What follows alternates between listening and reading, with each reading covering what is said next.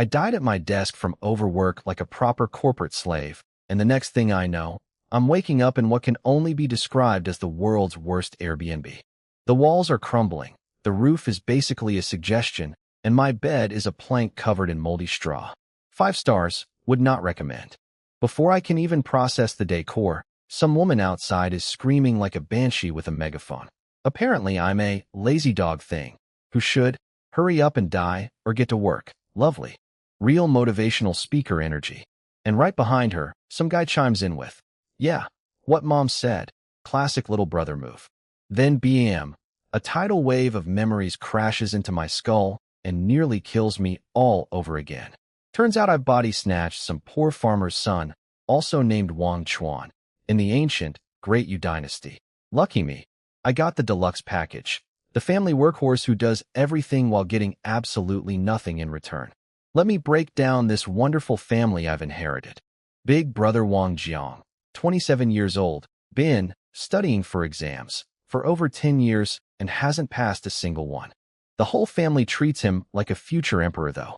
Third brother Wang He, professional couch potato, legendary village lazy bum, married with a kid. And then there's me, the middle child, 25 and single because mom and dad literally couldn't be bothered to find me a wife.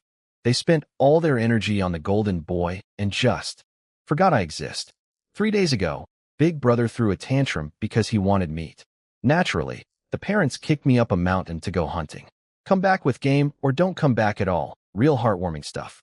Original Wang Chuan, being the sad doormat he was, went up that mountain with a heavy heart, slipped off a cliff, and cracked his head open. Some villagers carried him home. And did the loving parents call a doctor? Of course not. Why waste money on the family ox? Just let him rot in his room. The original owner died of neglect, and here I am, filling the vacancy nobody wanted. I sat there taking stock of my situation.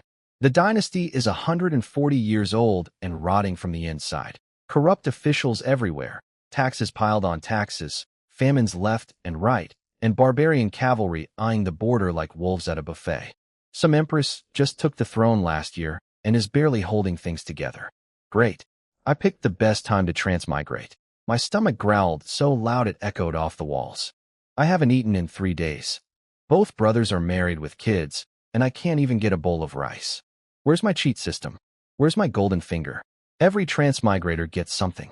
I searched my entire body, patted myself down from hair to toenails, even did a very thorough inspection of the downstairs department. Well, the good news is that original Wang Chuan was quite generously equipped. Very impressive. The bad news is that impressive equipment is not a survival cheat in ancient China. I was about to have a full mental breakdown. I mean, I haven't even gotten to experience the local ladies yet, when suddenly my right palm started tingling, and whoosh, my body vanished from the room. I appeared in what I can only describe as paradise on a budget. A pocket dimension the size of 10 football fields, with green grass, blue sky, flowers, a little hill, a lake, and right in the middle, a spring bubbling away like a tiny hot tub. The air smelled like someone bottled pure nature and cracked it open just for me. There it is, my cheat. A spirit spring space. I pinched myself hard enough to leave a bruise. Definitely not dreaming.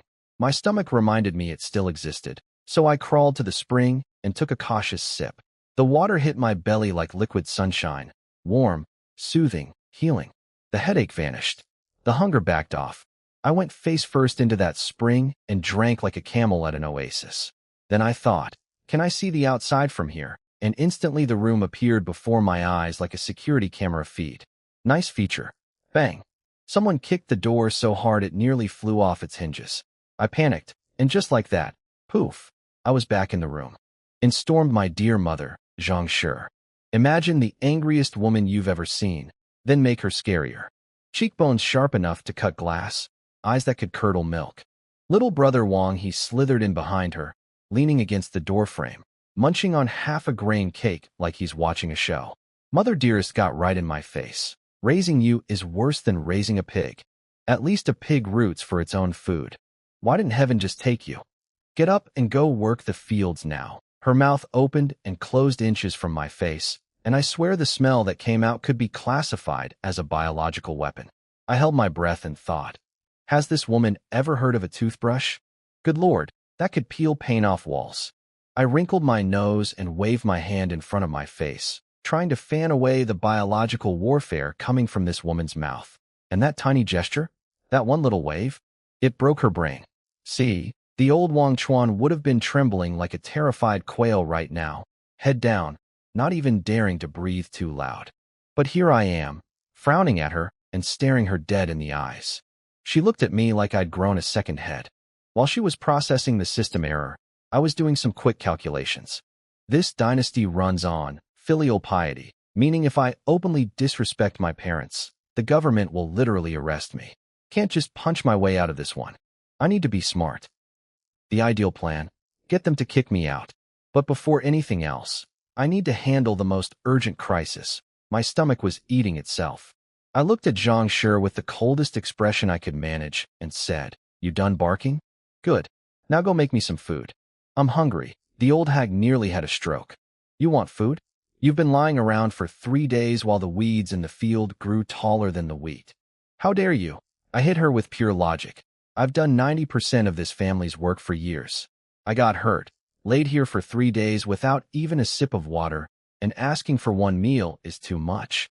Then I looked over at third brother, who was trying to become one with the doorframe.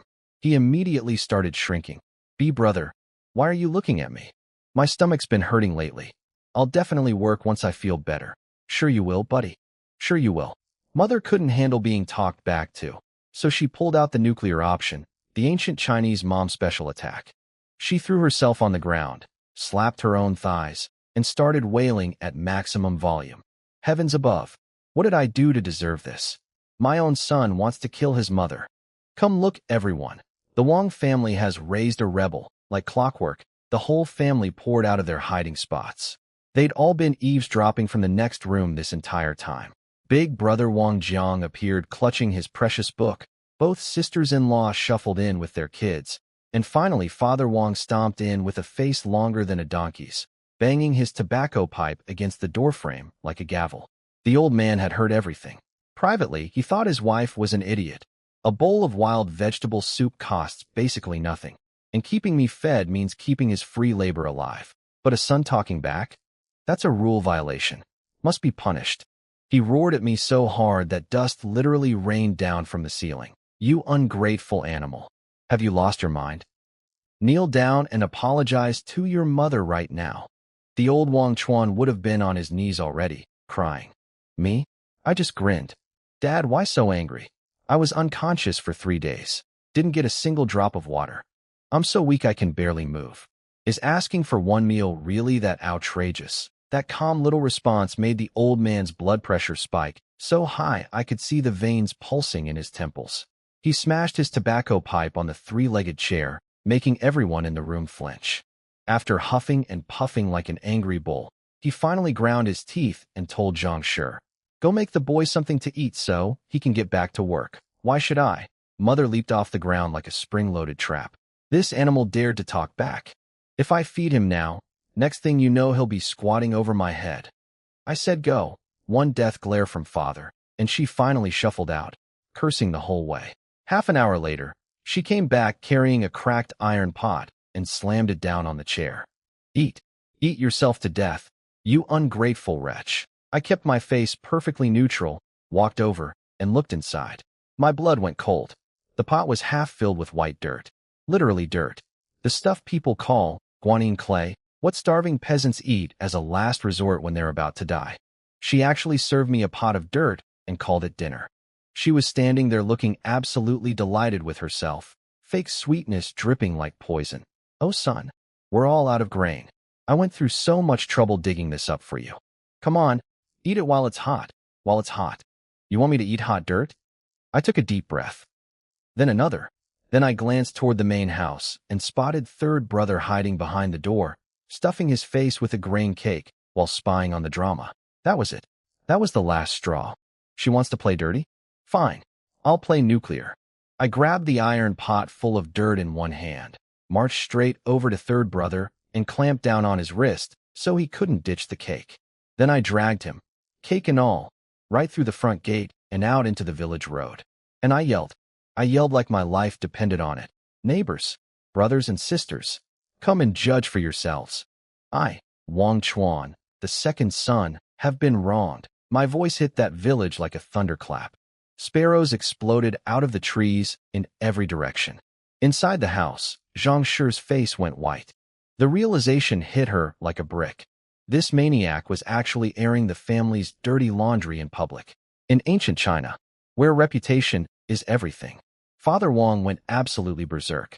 He stormed over to Zhang Shi and slapped her across the face so hard it left a 5-finger print that swelled up instantly. You stupid woman. 1 bowl of vegetable soup. How much grain would that have cost? Now the whole village knows we fed our son dirt. Where do we put our face? I'll deal with you later. Then he scrambled out the door in a panic to do damage control. Too late, old man. Way too late. Heads were already popping up over every fence and wall in the neighborhood. The villagers smelled drama, and they were coming in hot. Nothing travels faster than gossip in a small village. And today I was serving a 5-course scandal. The villagers gathered around like it was the season finale of their favorite drama. People started asking questions. Wang Chuan, aren't you injured? What's going on? Why are you saying your life is miserable? Father Wang shoved through the crowd, waving his tobacco pipe like a traffic cop. Nothing to see here, folks. Move along. My idiot son is just talking crazy nonsense. I cranked my voice up to 11. Nobody leave. Today, everyone gets to be the judge.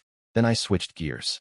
I squeezed my eyes until they turned red, let my voice crack with emotion, and delivered the performance of a lifetime. 3 days ago, my big brother wanted meat, so my parents forced me up the mountain to hunt. They told me if I came back empty-handed, I should just die out there. I fell off a cliff and nearly cracked my skull open. For 3 days I've been lying in that room. Not one drop of water, not one grain of rice. The sympathy hit like a tidal wave. Everyone in this village already knew how the Wang family treated me. They'd seen it with their own eyes for years. Why did big brother and third brother both get wise while I'm still single at 25? Everyone knew the answer. Auntie Lu started stomping her foot. Wang Youfu, you heartless man. Even professional hunters can barely catch anything these days. And you sent this boy up the mountain. Uncle Zhao piled on. Wang Chuan's got the best character in the village, and he's the hardest worker too. Being born into the Wang family was 8 generations of bad luck. Last winter, he nearly froze to death catching fish in the river just to pay for big brother's tuition. How can you people treat him like this? Father's face turned the color of a tomato. He started yelling back. Nobody forced him. He went hunting and fishing on his own. All voluntary. Then he pointed at me, shaking with rage. You ungrateful traitor. We raised you for nothing. How dare you badmouth your own parents in public? Right on cue. Mother Zhang Shi came charging in like a feral cat, face still red and swollen from father's slap earlier, hair flying everywhere. That's right. We never forced him. This animal is lying. Don't listen to him. These 2 shameless old dogs were actually denying everything right to my face. Fine. Time for Exhibit A. I raised the iron pot above my head like a lawyer presenting evidence in court. I'm lying, huh? Then what is this? The villagers looked inside the pot, and the crowd absolutely erupted. Good heavens, is that guanine clay? That stuff will bloat you to death if you eat too much. Why is it in a cooking pot? Unless, every single pair of eyes swiveled to my parents like synchronized laser beams. I slammed that pot on the ground so hard it rang like a gong. Mother winced, not because she felt bad, but because she was worried about the pot. Classic. That's right, ladies and gentlemen. This fine cuisine was lovingly prepared by my dear mother as my first meal after waking up from a 3-day coma. Dirt soup. Bon appetit. Mother collapsed on the ground sputtering. We have no grain left. No grain? I grabbed third brother's wrist and hoisted his half-eaten corn cake into the air like the Olympic torch. Then what's he munching on? A dirt sandwich? Funny how the family is out of grain, but third brother's got a cake.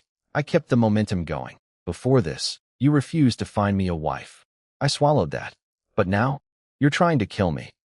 I had no choice but to stand up for myself. The crowd gasped so hard I thought they'd suck all the oxygen out of the village. Who would have thought? Zhang Shi always seemed so kind-hearted, but she treats her own son like garbage. What kind of parents torture their own flesh and blood like this? They're not even human, and they call themselves a scholarly family? All that studying went straight into a dog's belly. Father looked like he wanted the earth to open up and swallow him whole. Mother, seeing she was losing the crowd, launched her signature move again, the wailing attack. Heavens above. This ungrateful son is trying to kill his parents. Someone take him away. Lady, that move didn't work the first time. What makes you think a sequel would do better? Then suddenly, the crowd went dead silent. People parted like the Red Sea. The village chief walked in, and he looked about as happy as a man who just stepped in something unpleasant. He stared at Zhang Shi with zero warmth. Zhang Shi, I don't care how much you dislike Wang Chuan. As long as this family has grain, you cannot feed him dirt. Then he turned to father with a voice cold enough to freeze the sun. Otherwise, I will report this matter directly to the county registrar in charge of examinations and moral conduct. If that ruins your eldest son's future, well, don't blame me. Mother's mouth slammed shut mid-wail. Father's face went from red to white faster than I'd ever seen a color change. See, the county exam for scholars was only 1 month away. Big brother Wang Jiang was supposed to take it after 10+ years of studying. If the village chief reported that the Wang family abuses their own children, the registrar would slap a mistreats siblings charge on the family.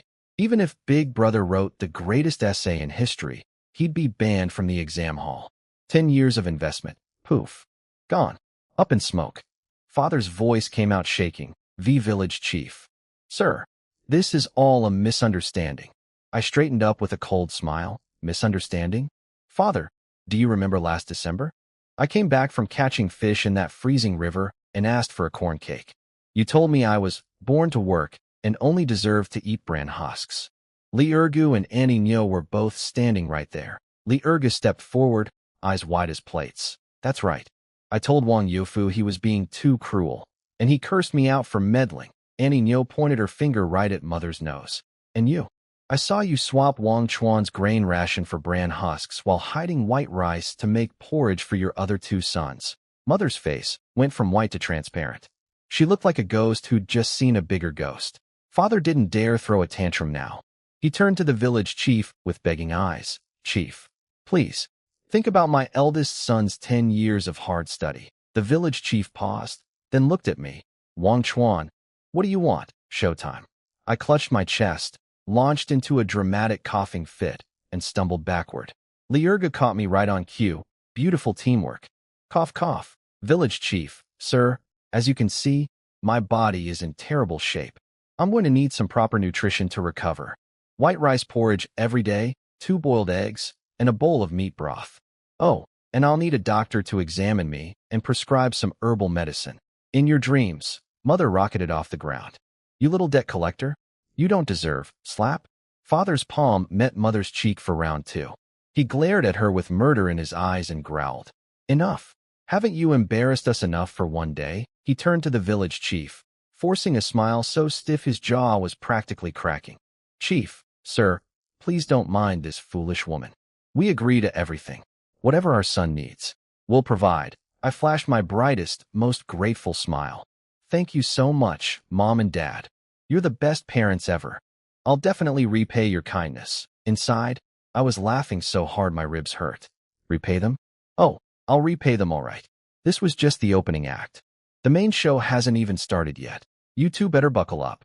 As the sun went down, I was living my best life, sprawled on that terrible bed with my legs crossed like a king on his throne. In my right hand, 2 perfectly boiled eggs. If anyone had been watching, they would have thought this room was haunted, because those eggs kept vanishing into thin air and popping back into existence. My spirit spring space is basically a magic pocket. Anything my right hand touches gets sucked in instantly, no matter how heavy. I spent a good while experimenting. Turns out I can absorb stuff through connected surfaces too. If I put my hand on the floor, I can suck up objects within about 3 meters, lighter stuff from farther away. Heavier things need me closer. And here's the real kicker. I put a boiling hot egg inside the space, waited an hour, pulled it back out, still piping hot. Time basically freezes in there. Then a thought hit me. Can living things survive inside? I hunted around the room and found 2 big red and black flying ants. These weren't ordinary ants. These were rove beetles, also known as shadow wing bugs. I'd watched videos about these little monsters before I died. They're tiny but loaded with acid strong enough to burn your skin on contact. Instant chemical warfare in insect form. My brain immediately filed these under future weapons. Into the space they went. 15 minutes later, I pulled them out, still alive, still kicking. Perfect. Living things can survive in there. That means I could literally build a house inside my pocket dimension and hide there whenever things get dangerous.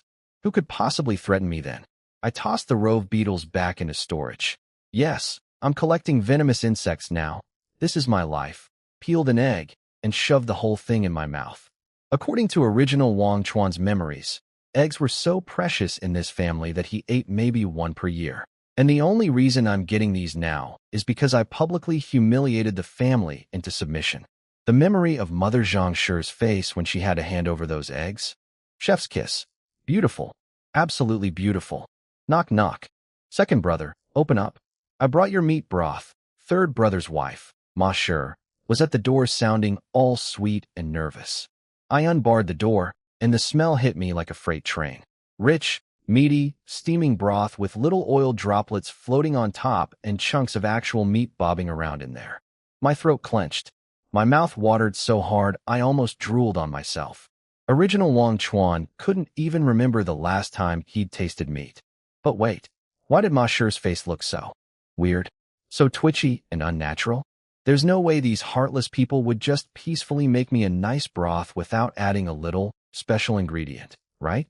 They probably wouldn't poison me. That'd be too obvious. But a nice fat loogie from Mother and her legendary breath of death? Very likely. The image of Zhang Shi's toxic mouth hovering over my soup flashed through my mind, and I nearly threw up on the spot. Without a word, without changing my expression even slightly, I took the bowl and, splash, dumped the entire thing on the ground outside the door. Broth splattered everywhere. Meat chunks rolled into the corner, and a couple of startled birds went flapping away. Ma Shi's jaw hit the floor. You just. Inside her head, I could practically hear the gears grinding. Oh, did he figure out that mother-in-law spit in the soup?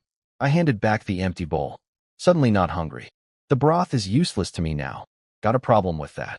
Before Ma Shi could even form a sentence, a banshee screech erupted from the kitchen like a fire alarm.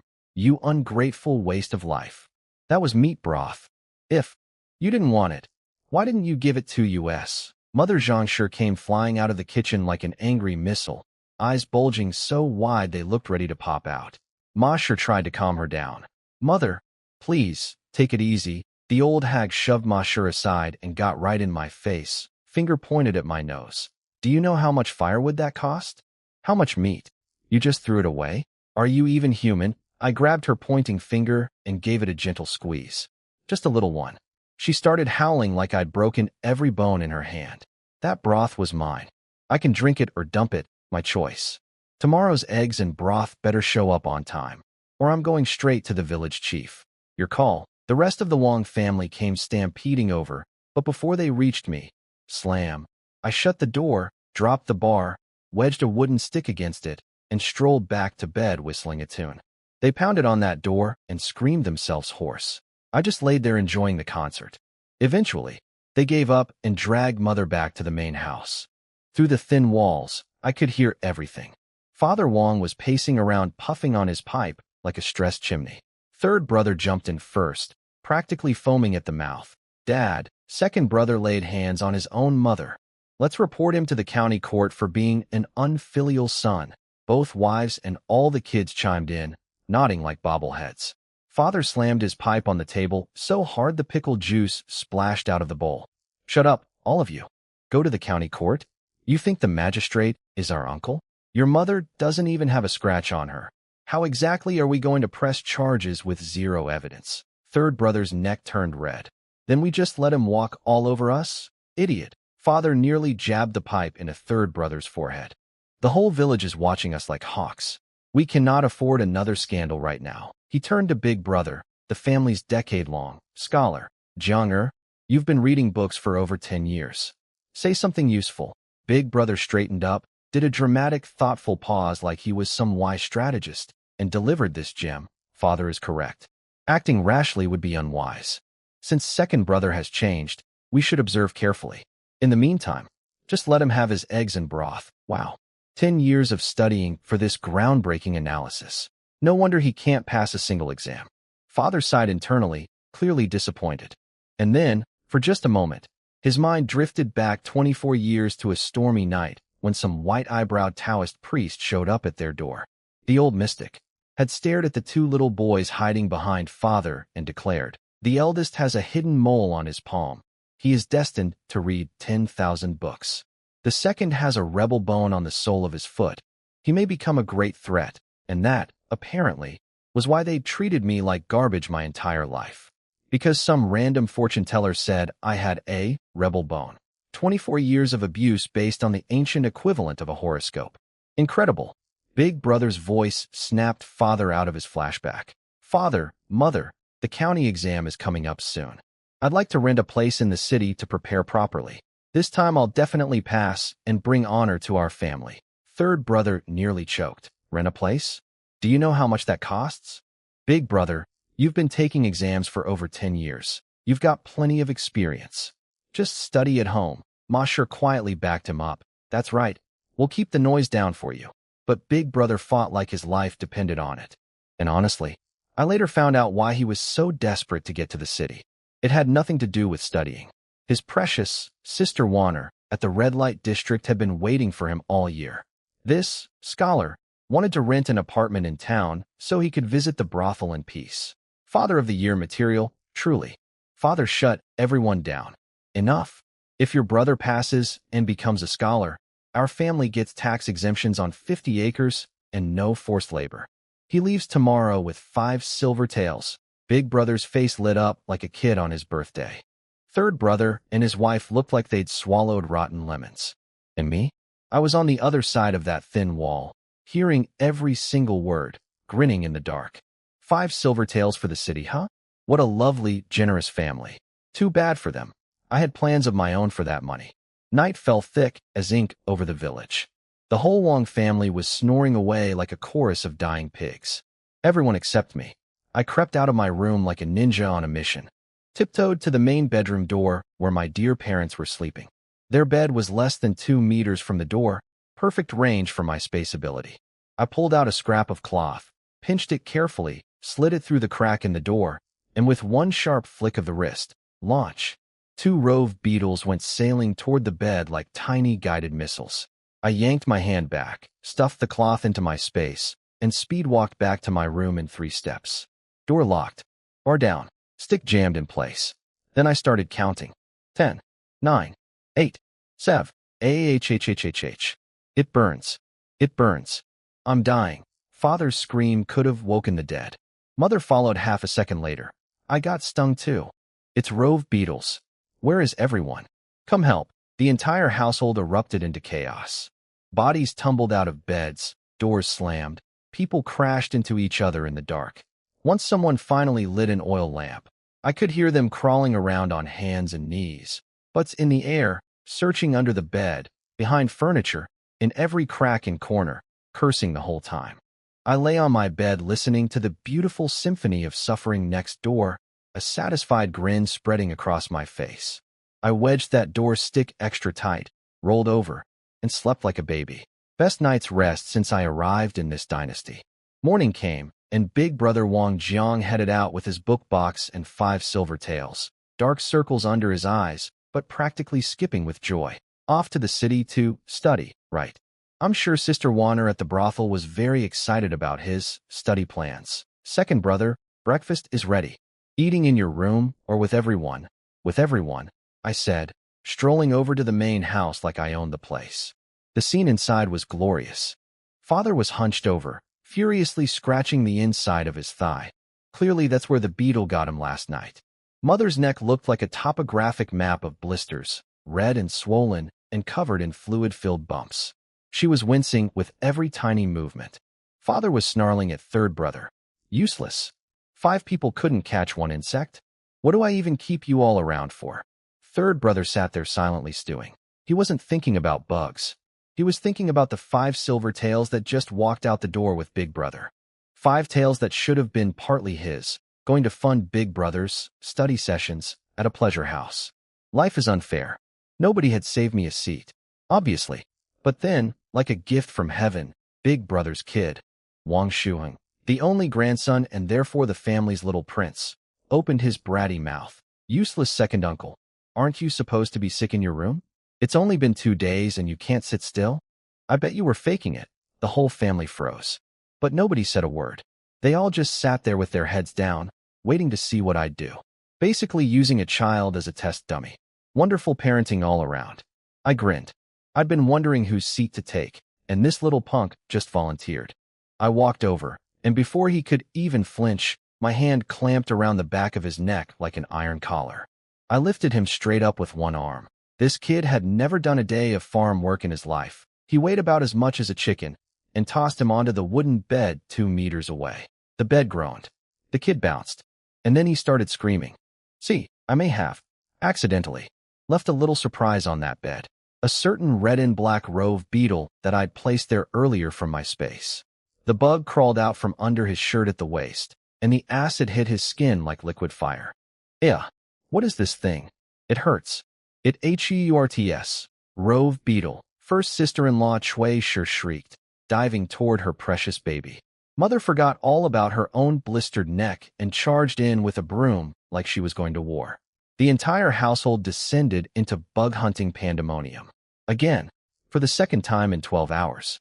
While everyone was busy losing their minds, I casually sat down at the table, peeled both eggs, inhaled them in 3 bites, chugged a bowl of white rice porridge, and leaned against the doorframe to watch the show. Dinner and entertainment. What a morning. After they finally squashed the beetle, Chui Shi turned on me, tears of rage in her eyes. Second brother. Shuheng is just a child. How could you be so rough with him? He just said one wrong thing. Would it kill you to be patient? You're probably going to die a bachelor anyway. Who's going to carry your coffin? And she caught herself mid-sentence. Who's going to smash the funeral pot for me? I finished her sentence with a smile that had zero warmth in it. Don't worry about me. Even if I rot in a ditch somewhere, I would never count on that little brat for my funeral. And by the way, who says I can't get a wife? Let me make this crystal clear right now. I will not only get married, I will have concubines.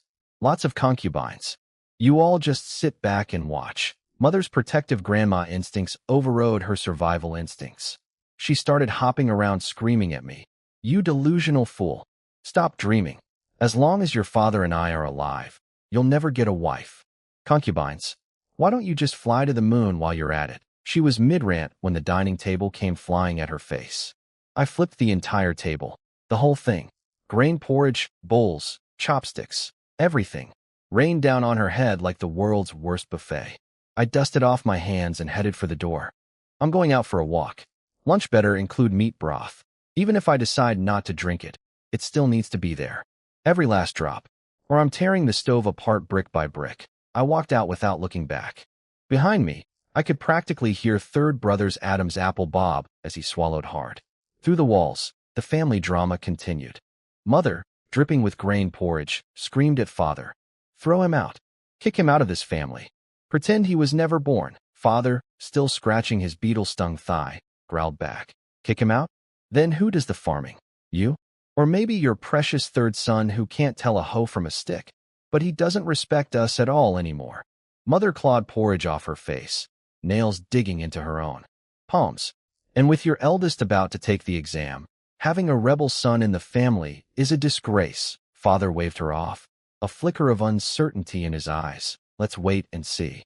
Maybe in a few days he'll calm down and go back to being the old Wang Chuan. Oh, you sweet, deluded old man. The old Wang Chuan is dead. And the new one? The new one is just getting started. I took a morning stroll through the village to clear my head and survey the situation. Green Mountain Village sits at the edge of some serious mountains to the east, with a small plain to the west and a river cutting through.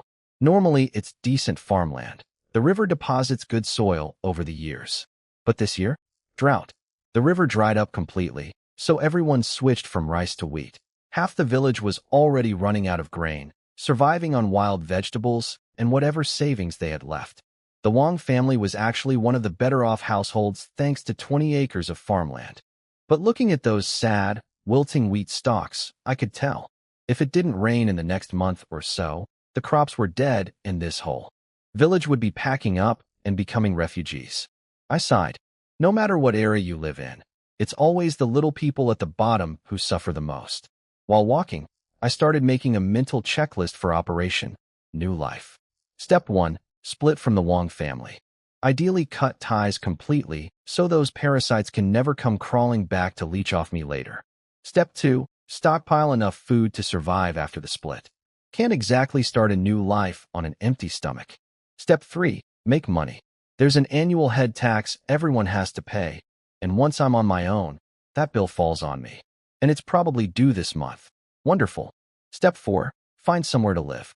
Building a house costs at least 10 plus silver taels, which is fantasy money right now. But I need something with walls and a roof at minimum.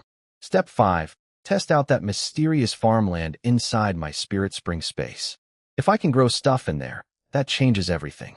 Once I had the plan laid out, I actually felt calmer. I'm here now. I've got a cheat space, and I refuse to waste this 1 in a billion stroke of luck. On my way to the fields, everyone I passed gave me the sympathy look. Yesterday's scandal had already traveled through the entire village at the speed of gossip. People felt bad for me, but it's a famine year. Everyone's barely keeping themselves alive. Sympathy doesn't fill stomachs. Wang Chuan. Hey, brother Wang Chuan. A voice called from behind me. I turned around, and there was Li Ergu jogging over with a hoe on his shoulder. He's 5 years younger than me. Only 20, lives alone with his sick mother. She has some kind of chronic wasting illness that needs constant medicine, so the family is broke. Also single. We're basically members of the same sad bachelor club. He was wearing clothes that had more patches than original fabric, but his face was all honest smiles. Aren't you supposed to be recovering? What are you doing out here? Just getting some air. You heading to the fields? He nodded. Yeah, the weeds are growing taller than the wheat. Then he hesitated, looked around, and lowered his voice. Brother Wang Chuan, don't think I'm being nosy, but you really need to split from that family. They're all lazy freeloaders. If you stay, they'll literally work you to death. My chest went warm. In this entire new life, Li Ergu was the first person who genuinely cared about my well-being. I remembered all those times the original Wang Chuan went up the mountain to chop firewood with this kid, and I smiled. Don't worry. I've been thinking about it seriously this time. His eyes went huge. Clearly he never expected me to actually agree. Then the biggest, most relieved grin spread across his face. Good kid. After saying goodbye, I continued to our family's fields. 10 acres of wheat, looking rough but still better than the neighbors' dying crops. I glanced around carefully, confirmed nobody was watching, then crouched down, placed my right hand on the stalks, and, whoosh, about 100 wheat plants vanished into my space. Gotta get some seeds for my secret garden experiment. Then I headed toward the mountain base. The village had been picked clean of wild vegetables. Everyone was desperate. After searching forever, I found one pathetic little yam root. Into the space it went. Better than nothing. I walked home expecting the usual misery, but instead I stumbled into something much more entertaining. Third brother Wang, he was standing in the courtyard having an actual standoff with father. I leaned against the wall, crossed my arms, and settled in for the show. Dad, why do only me and my wife have to work the fields? Big brother left for the city, fine, but big sister-in-law is still here. Why doesn't SHE work? Father grabbed the bamboo broom and raised it like a weapon. How dare you talk back to me? Your nephew just got stung by a rove beetle. Your sister-in-law has to stay home and take care of him. Mother was hopping around behind them, too scared to intervene, but too agitated to stand still, slapping her own thighs over and over until they were swollen. Her self-slapping habit was truly something to behold. Third brother's wife Ma Shi jumped in with a pointed look at first sister-in-law Cui Shi. Big sister, there are already 2 parents at home who can watch shoeing. We have 20 acres to tend. My husband and I will literally die before we finish it alone. Surely you should help, right? Cui Shi's hand trembled slightly. She forced an awkward laugh. Well, you make a fair point. I'll come work with you. Not enough. Wang He and Ma Shi said in perfect unison. They both pointed at big brother's daughter, 8-year-old Wang Yingwe. Our daughter Pundi can work in the fields. So can Yingwe.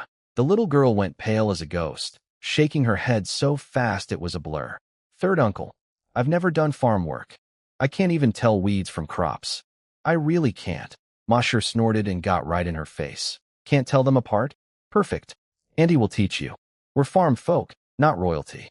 My daughter is only 6, 2 years younger than you, and she's already out there picking up fallen wheat stalks. You think you're too precious for field work? She lunged for Inyue's arm. Shueisha moved fast and blocked her, but Ma Shi shoved her aside so hard she crashed into the courtyard wall. Father looked like his skull was about to crack open from sheer rage. Everyone stop! He pointed at Shueisha. You and your daughter go work with them. End of discussion.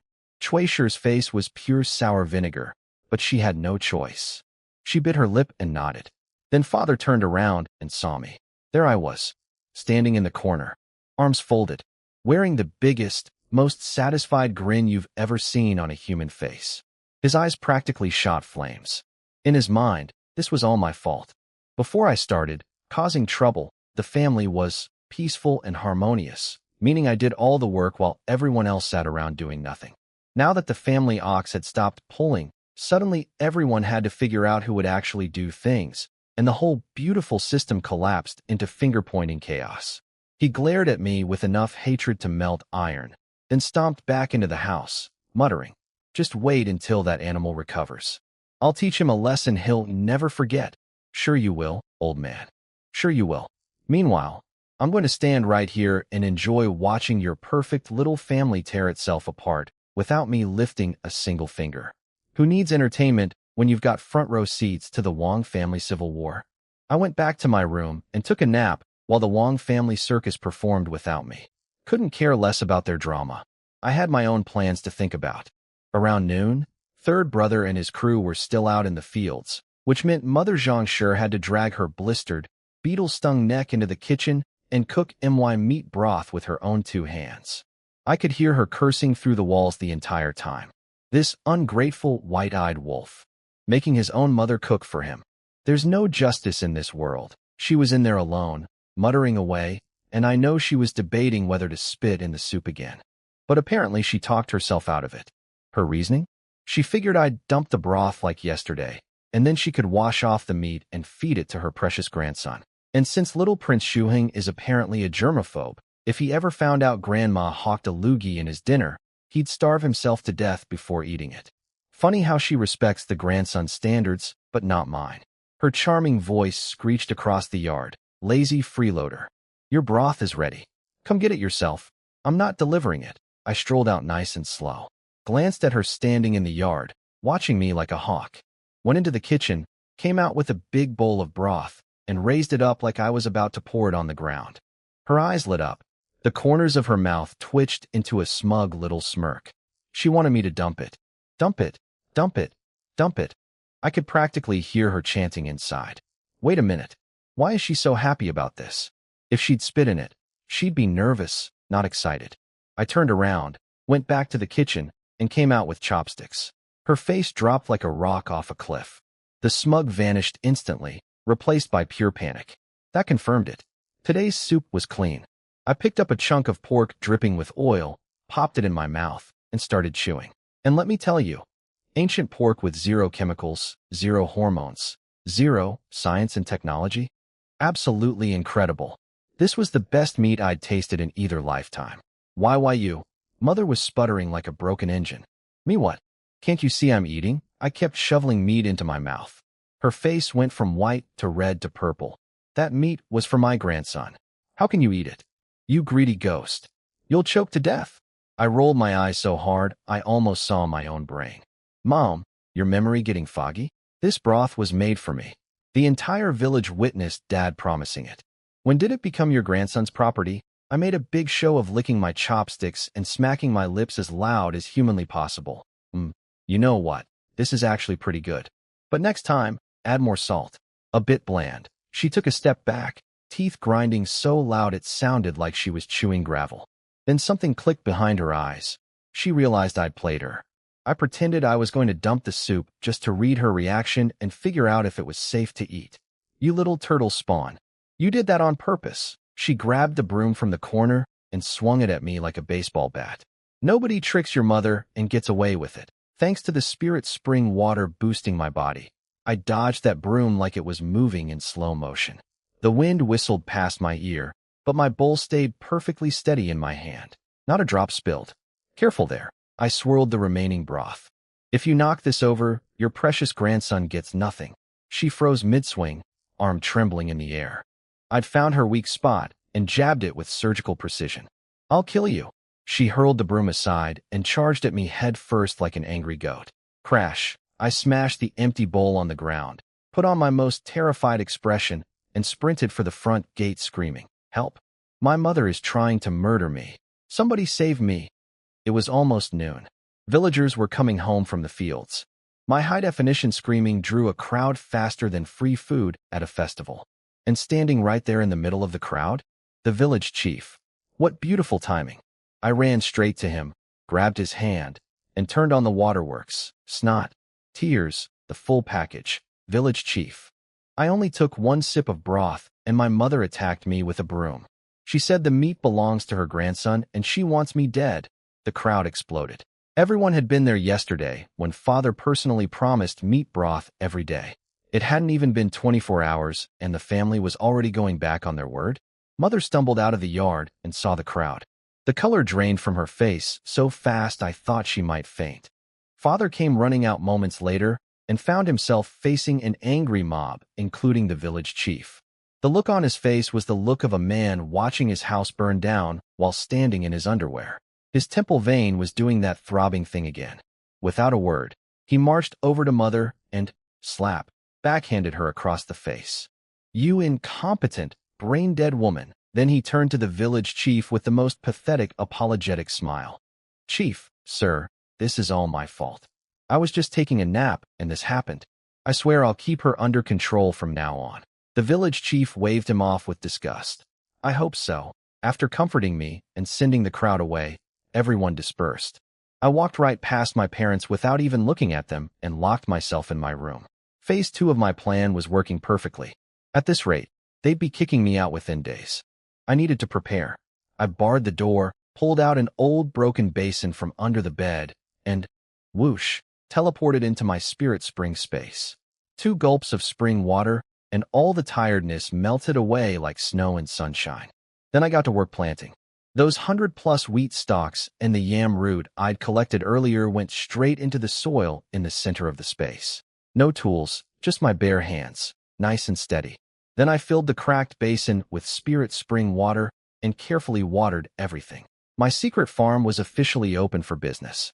Meanwhile, back in the real world, third brother and his crew dragged themselves home from the fields, ready to complain about the hard labor. They walked into the main house and found father screaming at mother. "You brainless woman. Why did you pick a fight with that animal again? Are you trying to make him leave? If he goes, who does the farm work?" "Huh." Mother was still defiant. He put his hands on his own mother. "Why are we keeping this monster? Just kick him out.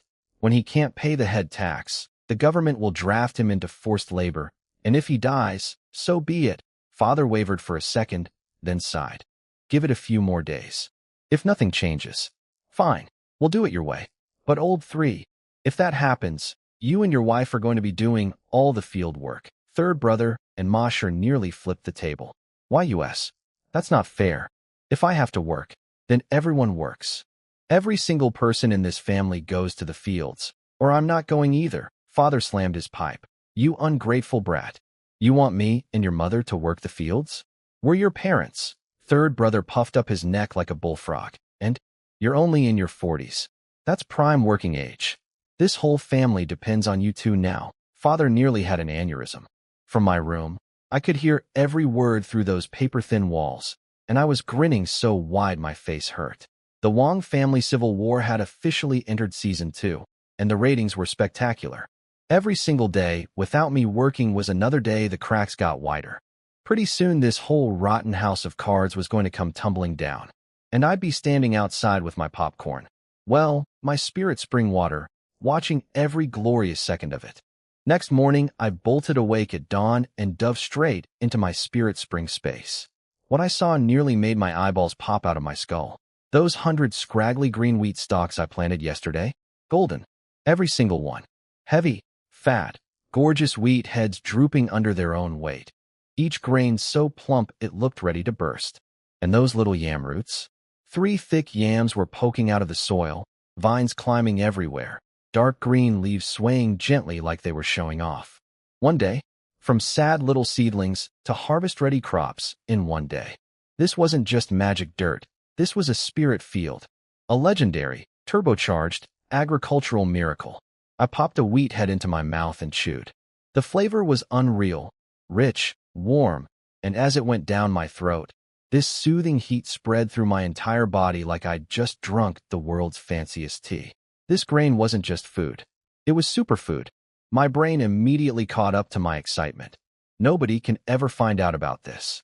If word got out that I had magical instant grow grain, every noble, warlord, and bandit in the dynasty would be racing to cut my head off and steal it. This stays between me and the space. Forever.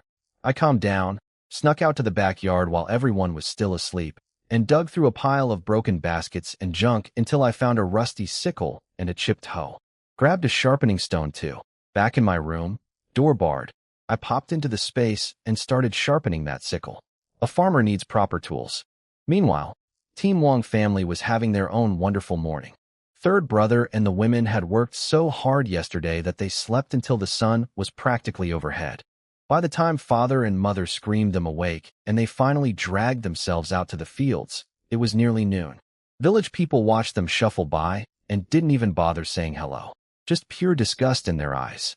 These people used to hide behind me doing all the work, and now the whole village could see exactly how useless they were. Out in the fields, it was brutal. Chui Shi's clothes were soaked through with sweat, her arms shaking every time she pulled a weed. Ma Shi's throat was so dry she could barely swallow. The two little girls had their hands sliced up by wheat stalks, bleeding but too scared to stop. And third brother? Bent over like a broken bough, seeing stars, looking like he'd collapse face first into the dirt any second. Beautiful. Just beautiful. Back at home, mother was in the kitchen cooking my meat broth and cursing me with every breath. That black-hearted wolf. His body's practically healed, and he still won't work the fields. And those eggs, he didn't even offer to share.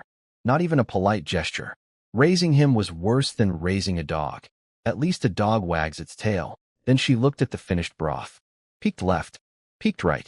Nobody watching. Tui, tui, tui. 3 big ones, right into the soup. Stirred it up nice. Then she yelled, "Lazy parasite. Your broth is ready. Get over here." I walked in, took one look at her face, and knew instantly.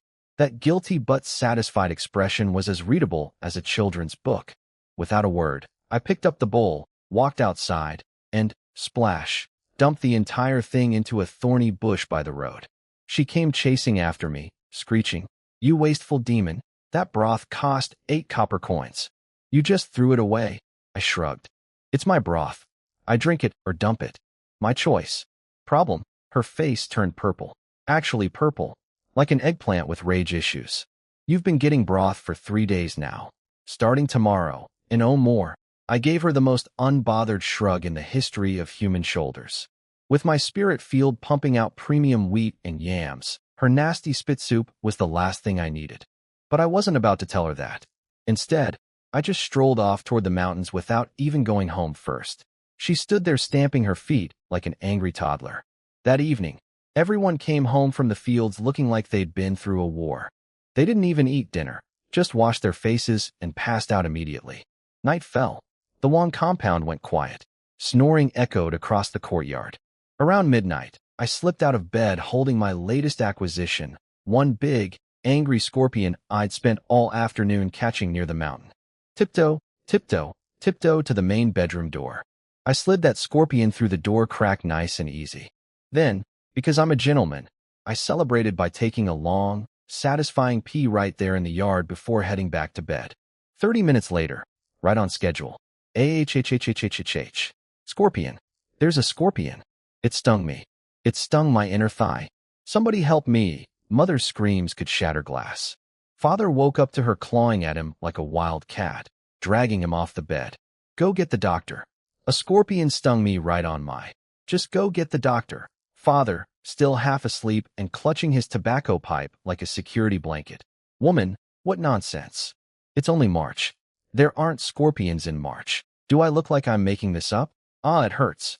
Get the doctor." Father rolled his eyes. "Oh, calm down. It's just a little sting. The pain will pass." Third brother and the others stumbled in. Someone lit the lamp, And there it was, a fat scorpion with its tail curled high, scuttling toward the door at top speed. Father's survival instincts kicked in. He launched himself across the room and brought his foot down hard. Splat. Then he remembered he wasn't wearing shoes. The stinger went straight into the bottom of his foot. Agag. My foot. Go get the doctor. Now. Third brother and Ma Sure exchanged a look. Then, with the most perfectly deadpan delivery in the history of family revenge, third brother said, Dad, relax. It's just a little sting. The pain will pass. Besides, it's pitch dark out. The doctor probably won't come. Father was sweating bullets the size of soybeans, clutching his foot. What did you just say to me? I'm dying here. Third brother spread his hands. Dad, I'd love to get the doctor, but I don't have any money. Why don't you tell me where you hide the family silver? I'll grab some and go. Father froze mid-scream. His secret stash? His precious hidden savings? Tell this kid where they are. He'd rather eat the scorpion. He clenched his teeth and went silent. Some things hurt worse than venom. Mother, writhing on the bed, still managed to squeeze out an accusation between groans. It's that animal. It's Wang Chuan. Rove beetles yesterday, a scorpion today. You think that's a coincidence? Father's eyes went wide. She was right. In 20 years of living here, they'd never seen a single venomous bug in March. But the moment Wang Chuan wakes up from his coma, suddenly it's a zoo of poisonous insects. He grabbed his pipe, and with third brother propping him up, hopped on one foot all the way to my door. Bang, bang, bang. I opened the door with the most peaceful, sleepy expression. What the heck? It's the middle of the night. Who died? Father shoved his pipe in my face. Confess. Did you throw those bugs in our room? I picked at my ear casually. Huh? What scorpion? I was sleeping. Don't play dumb. Rove beetles yesterday, a scorpion tonight. You expect me to believe that's luck? He was shaking so hard with rage that the scorpion's sting flared up, and he nearly toppled over. Third brother caught him just in time. Mother got dragged to my door too, finger jabbing the air. It was you. You hold grudges against your own parents. First thing tomorrow, we're reporting you to the magistrate. You're going to prison. I let my face go ice cold. Are you two insane? Yesterday wasn't enough drama. Now you want a midnight show too? Go ahead, report me. Report me at dawn. And if you don't report me, you're both cowards. Father was gasping. You unfilial beast. I slammed the door in their faces. Here's the thing they'll never do. As long as Big Brother needs to take that county exam, they can't afford any legal trouble. One investigation, one scandal, and Big Brother's tenure, scholarly career, is finished. They're trapped, and they know it. The bugs were never about causing permanent damage. They were about sending a message and speeding up the timeline. Every sting, every sleepless night, every screaming match pushes them closer to the one decision I actually want them to make. Kick me out. With my spirit field growing miracle crops overnight, I didn't need this family anymore. I just needed them to be the ones who pull the trigger, so I walk away clean and take everything I can carry on the way out. The countdown to freedom had officially begun. Just as I predicted, the mighty Wang family, who were screaming about reporting me to the authorities last night, woke up this morning with absolutely zero follow-through. Shocking. Truly shocking. I slipped into my space at dawn to check on my crops, and the results of my experiment were incredible. Yesterday, I'd planted 2 batches, one watered with spirit spring water, one without. The difference was like comparing a supermodel to a potato. The spirit-watered wheat was twice as thick, with heavy golden heads drooping low. The spirit-watered yams had this gorgeous jade-colored skin with delicate golden streaks running through them, like nature's luxury edition. The dry batch? Also mature. The spirit fields still fast-forwarded their growth, but they looked completely ordinary. Just regular old crops. Mystery solved. The spirit field handles speed. The spirit spring handles quality. Mix and match as needed. I now had a personal agricultural cheat code. I grabbed my rusty sickle and went to work. The original Wang Chuan may have been a pushover, but the man could farm. His muscle memory was still in this body, and my hands moved like a machine. The sickle sang through wheat stalks so fast it left afterimages. Whole rows fell flat in seconds. Then I switched to the hoe and started digging yams, flipping them out of the soil like I was born to do it. The regular yams were nothing special, but the spirit-enhanced ones, thick as a grown man's arm, jade-skinned with gold veins, practically glowing with vitality. Can you eat these raw? Only one way to find out. I washed one off, took a cautious bite, and, holy mother of all YMS, crispy, sweet, like biting into the universe's most perfect apple, except it was a root vegetable. A wave of warmth flooded through my entire body, spreading to every limb, and I could actually feel my physical strength increasing in real time. This stuff is way more powerful than the wheat. I grabbed that yam and went to town on it, chomping through half of it before my stomach said, enough. Then I just flopped on the grass, patted my belly, and giggled like an idiot for a solid 5 minutes. Life was good. Meanwhile, back in the Wong household, a very different morning was unfolding. Father, still limping from the scorpion sting on his foot, grabbed third brother by the collar and dragged him out of bed. Get up. The firewood is gone. Go chop wood and haul water, or there's no breakfast. Third brother's eyes looked like 2 red traffic lights. He'd spent all day farming, then got woken up by the midnight scorpion concert. His legs felt like concrete. Why is it always me? He slapped father's hand away. Big brother and second brother are both invisible, but I'm the one who gets worked to death? I could barely stand yesterday, and then you people kept me up all night. Am I made of iron? Father raised the tobacco pipe, forehead veins pulsing. Your brother used to do 10 times more than you. You've worked for 2 days, and you're already crying? Pathetic. Second brother is a workhorse. I'm not. Third brother shot back with a sneer. You want wood chopped and water hauled? Go tell him. Mother came scurrying in to play peacemaker. Dear, don't be so hard on the boy. He really was exhausted yesterday. Father nearly exploded. Don't start with me. I just came from the wheat field. 5 people went to pull weeds yesterday, and they covered 1 acre. A pack of dogs could have done better. Chui Shi and Ma Shi both heard that one. Their faces went dark. Real nice, old man. Calling your own family worse than dogs when you haven't done a day of real work in years. Third brother threw himself back into bed and pulled the blanket over his head. You're so tough. You go do it. Your humble son is retired. I'll beat you to death. Father raised his pipe. Mother bear hugged him. Don't. You'll hurt him. Then, with the cunning of a snake, she redirected. Besides, Wang Chuan's body is clearly healed. He should be working the fields. Every single person in that room suddenly agreed on something for the first time in their lives. Even third brother poked his head out from under the blanket, nodding frantically. Yeah. Second brother was bouncing around like a spring chicken.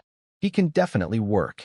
If we offer to share the work with him, do a little bit ourselves, maybe he'll stop acting crazy and go back to normal. Father's eyes lit up. All right, let's try it.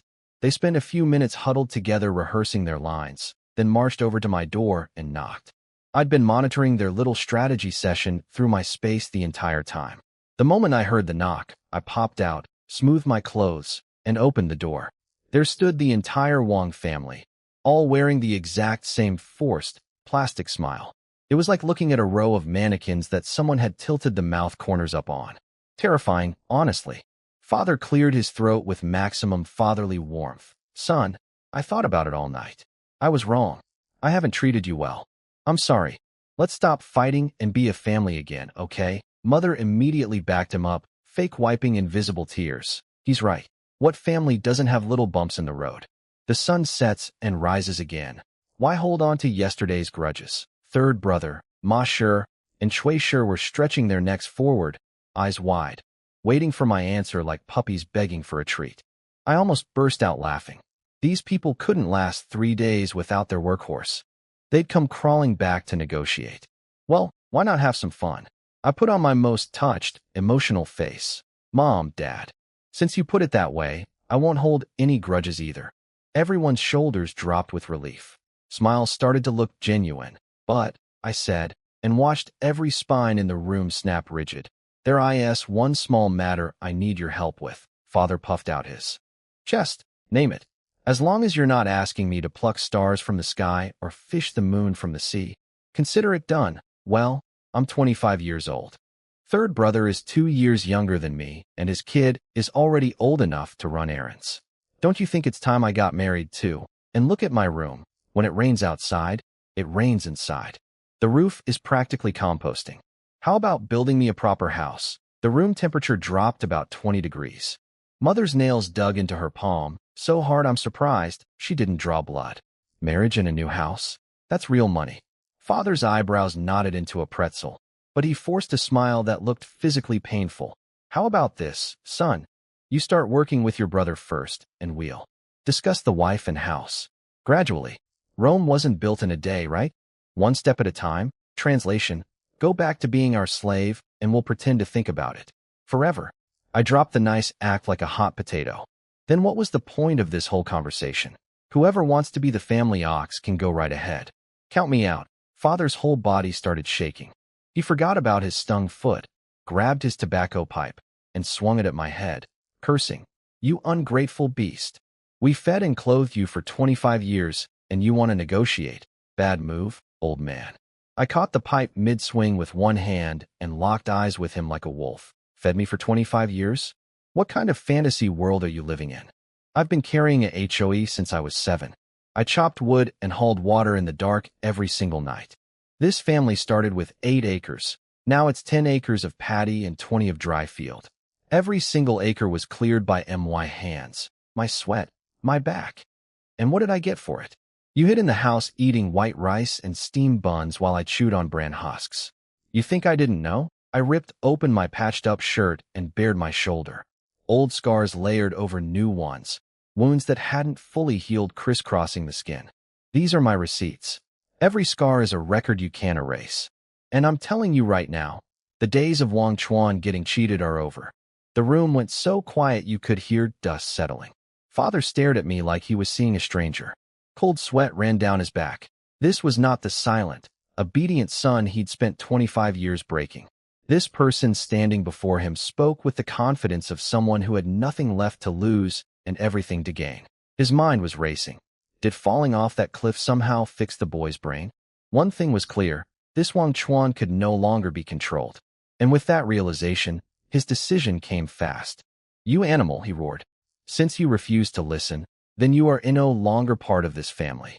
Get out of the Wang household. There is no place for you here. My heart did a backflip, but my face stayed stone cold. Inside, I was throwing a party. Fireworks, confetti, the whole celebration. This was exactly what I'd been engineering from day one. Every dumped bowl of soup, every rove beetle, every scorpion, every public scene. All of it was leading to these beautiful, beautiful words. Get out. The fish had finally bitten the hook. I looked Father dead in the eyes. You really want me gone? He puffed up like a rooster on a fence post. Absolutely. What, are you scared? Then get on your knees, knock your head on the ground 3 times, and get back to the fields like a good boy. Scared of you? Scared of your grandmother. I spun around and walked straight out the gate without looking back. Behind me, the entire Wang family stood there with their mouths hanging open like a row of broken mailboxes. Third brother scratched his head. Did second brother actually leave? He's usually so quiet. How did he make up his mind so fast? Ma Shi and Cui Shi stared at each other. I think he actually did. Father's triumphant expression crumbled faster than a sandcastle in a tsunami. Wait. He'd only meant to scare me. This wasn't supposed to actually work. Who's going to farm 30 acres now? Third brother and his crew of professional slackers? He lifted his foot to chase after me, but Mother yanked him back. Let him go. He walked out empty-handed. No money, no food, no nothing. Give it half a day and he'll come crawling back on his knees begging us to take him in. Father frowned. What if he doesn't come back? 30 acres, woman.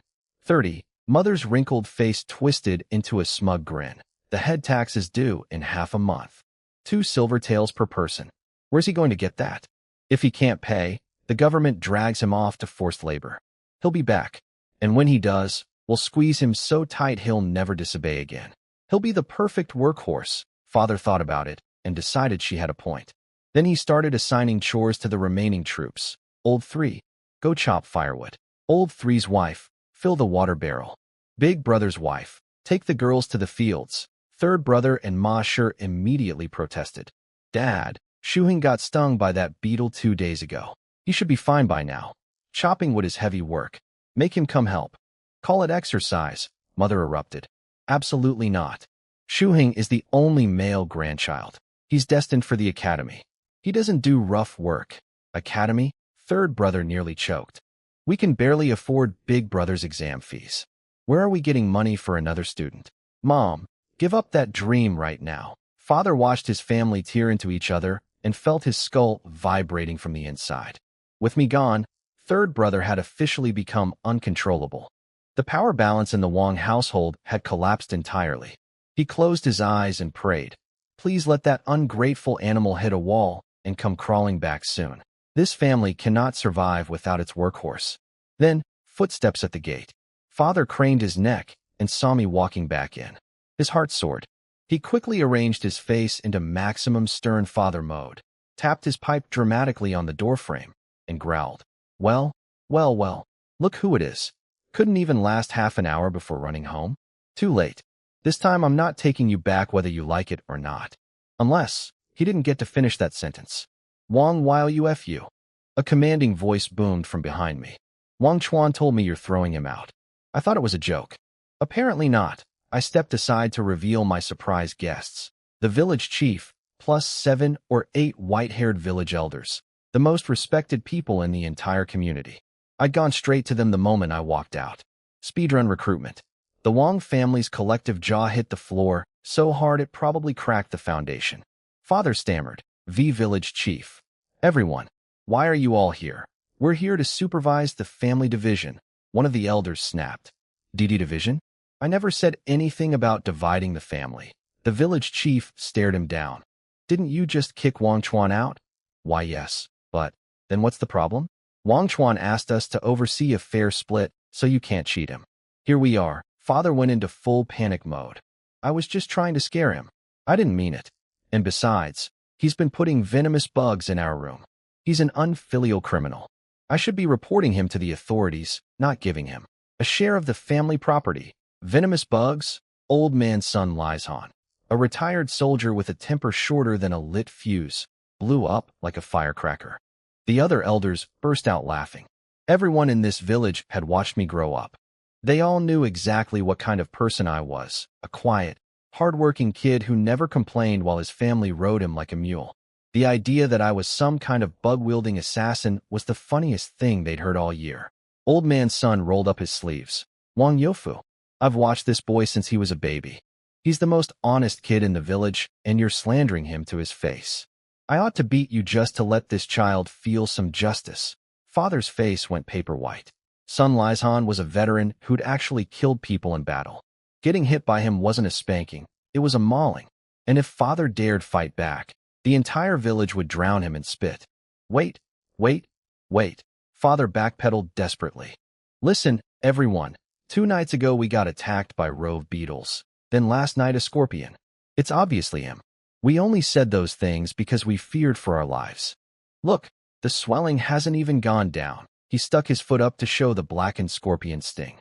Mother eagerly displayed her beetle-ravaged neck, and my neck, and my thigh too. She started reaching for her waistband like she was about to drop her pants in front of the entire village elder council. Father slapped her across the face just in time. She snapped back to reality. The village chief examined the wounds, frowned, then turned to Father. "Do you have any evidence that Wang Chuan did this?" Father sputtered. "He admitted it.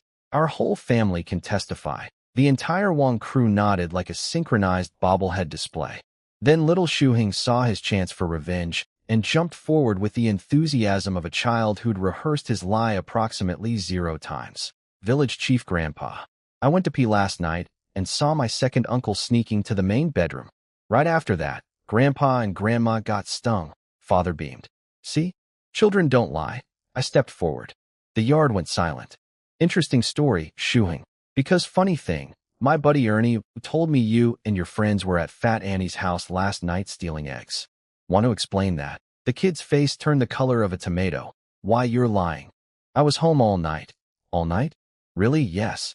I didn't step 1 foot outside my room." "Then how did you just tell everyone you went to pee in the backyard and saw me at the main bedroom door?" The kid's brain crashed harder than a computer running Windows Vista. His mouth opened, closed, opened again. Then he started jumping up and down screaming. "You tricked me. That's a trick." "Of course I tricked you. You little liar. You're barely old enough to wipe your own nose, and you're already making up stories under oath." I wonder who he learned that from. I turned and gave Father the most devastating side-eye in the history of human facial expressions. The elders were trying very very hard not to laugh. Some of them were failing. Everything happened so fast the Wang family didn't even have time to reboot their brains before I'd already exposed little Shuheng as a liar in front of the entire elder council.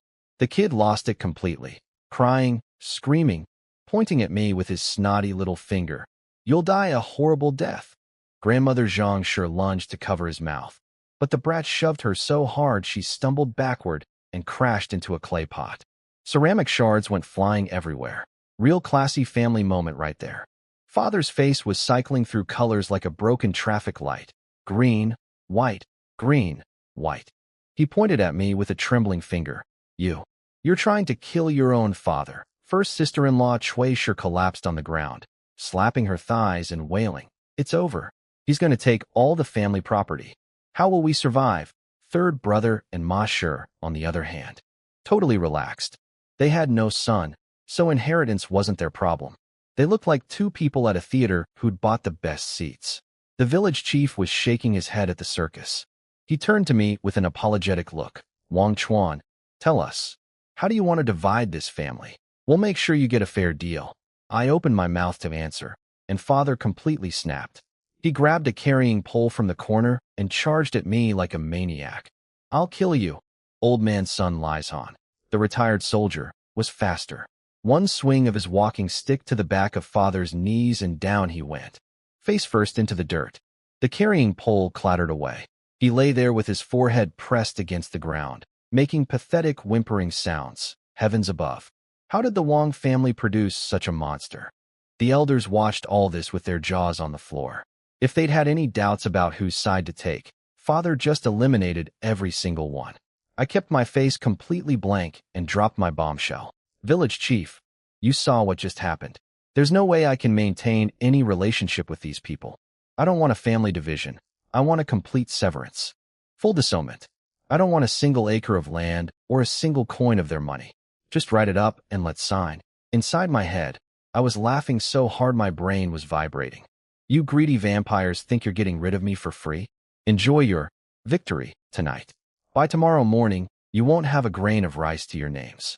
The moment the Wang family heard, "I don't want any property," they practically resurrected from the dead.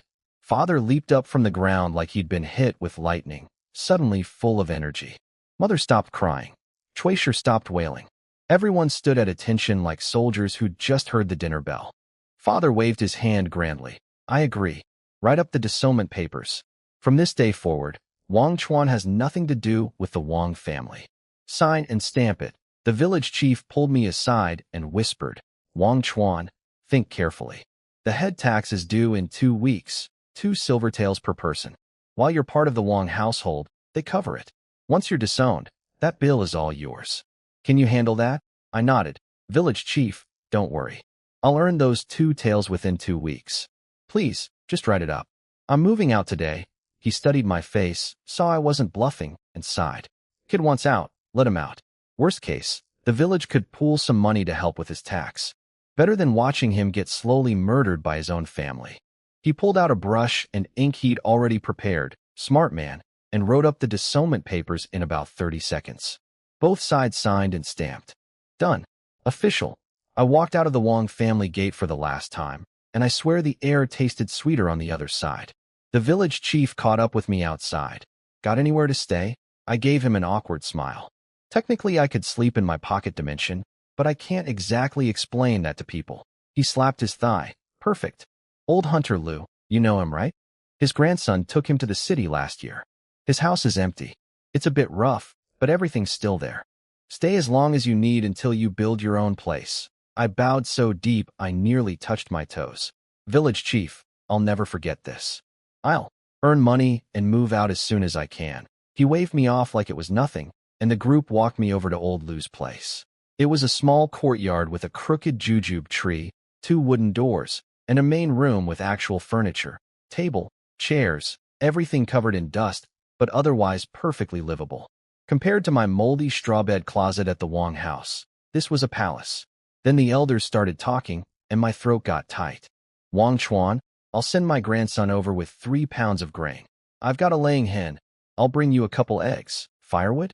I've got plenty stored up. I'll carry a bundle over so you don't have to climb the mountain today. These people. These wonderful, beautiful, unrelated to me by blood people. Not a single one shared my last name. And yet they were showing me more kindness than the family I'd lived with for 25 years. My fists clenched at my sides. I swore right then and there, when I make it, these are the people I'm paying back first. Within half a day, news of my disownment spread through the entire village like wildfire. I was wiping down the dusty furniture when a familiar voice shouted from outside, "Brother Wang Chuan, you home?" Li Ergo burst through the gate, sweating under the blazing sun, clutching a lumpy cloth bag against his chest. "Ergu? What are you doing here?" He dropped the bag on the table and scratched his head with that big dopey grin. "Heard you walked out with nothing." "I snuck 5 pounds of grain from home." "It's not much. Don't make fun of me." I stared at that bag and my chest got so tight I couldn't breathe. Ergu's mother was chronically ill. Their family was dirt poor. 5 pounds of grain was probably half of everything they had left. This one bag was worth more than all the wealth in a rich man's mansion. It took me a long time before I could speak, and even then my voice came out rough. "Ergu, I'm not going to say anything fancy. I'll take the grain, and I'll take you as my brother. But I also need your help with something." He smacked his chest so hard it echoed. "Brother Wang Chuan, last time we went up the mountain, you saved me from that snake. I'd already be dead without you. Whatever you need, even if it's arson and murder, I'm in." I laughed and pulled him close, then laid out my plan in a whisper. Ergu had barely left when Auntie Lu and Annie Nyo showed up. They came empty-handed but immediately rolled up their sleeves and went to work, sweeping, scrubbing, cleaning the whole place top to bottom without being asked. While scrubbing, Auntie Lu casually dropped, "Wang Chuan, how old are you again?" 25, Annie. Both women launched into a synchronized rant about how the Wang family was inhuman for never arranging a marriage.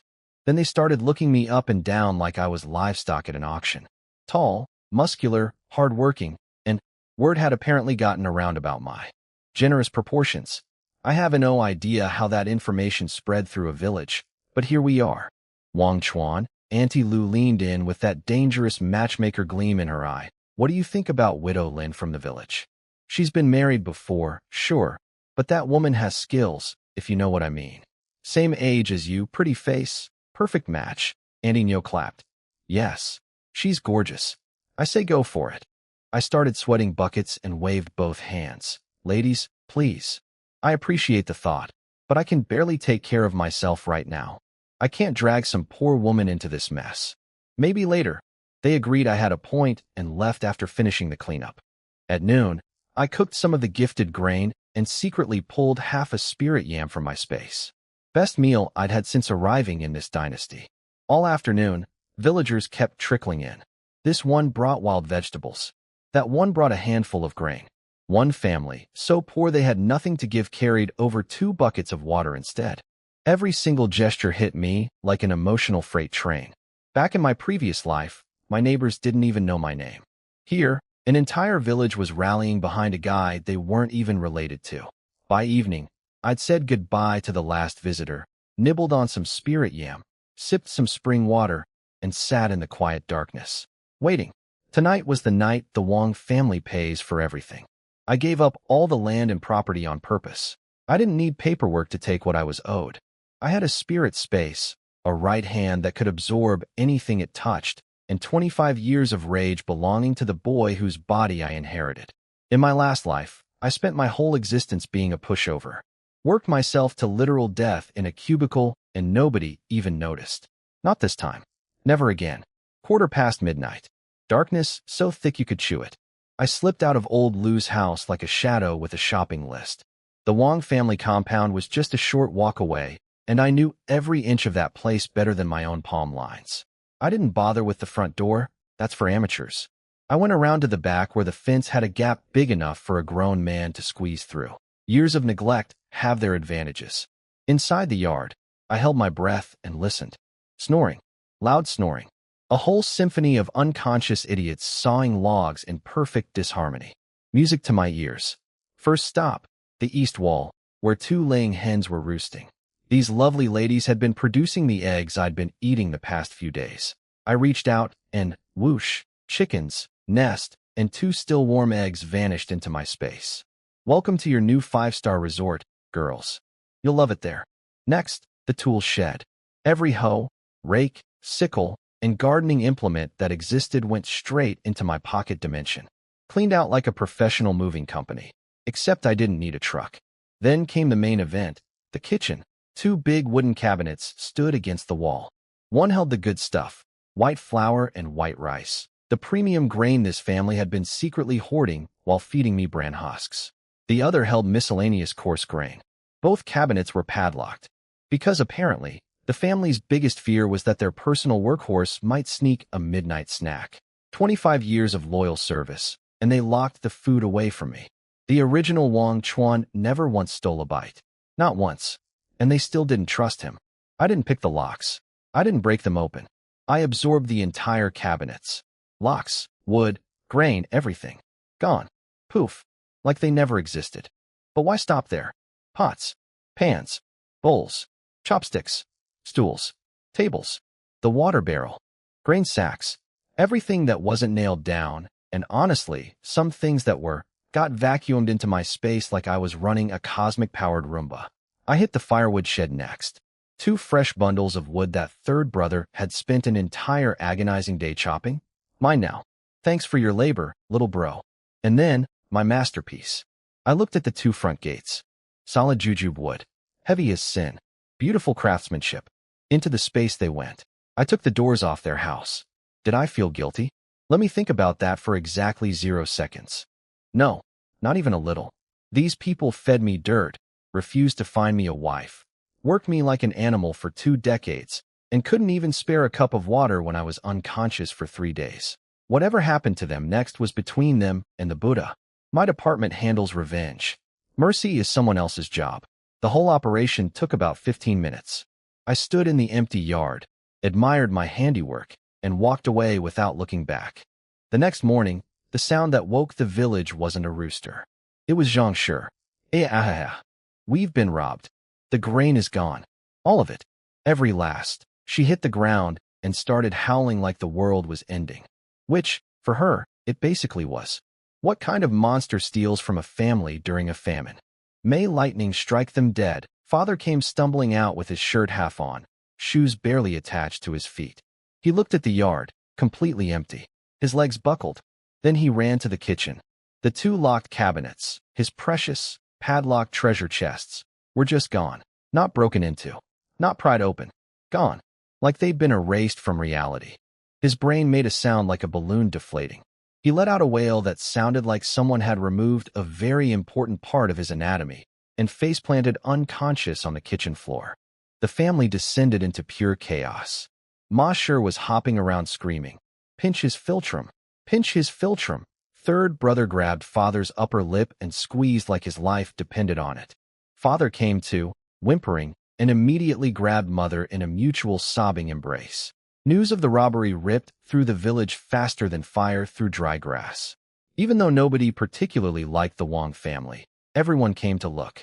In a famine, hearing that someone lost their grain stash is terrifying. People needed to see for themselves. What they found was a house with no front doors, an empty kitchen, a bare courtyard, and 2 middle-aged adults crying on the ground. And then the commentary started. Serves them right. They kicked Wang Chuan out yesterday and got robbed tonight. Heaven has eyes.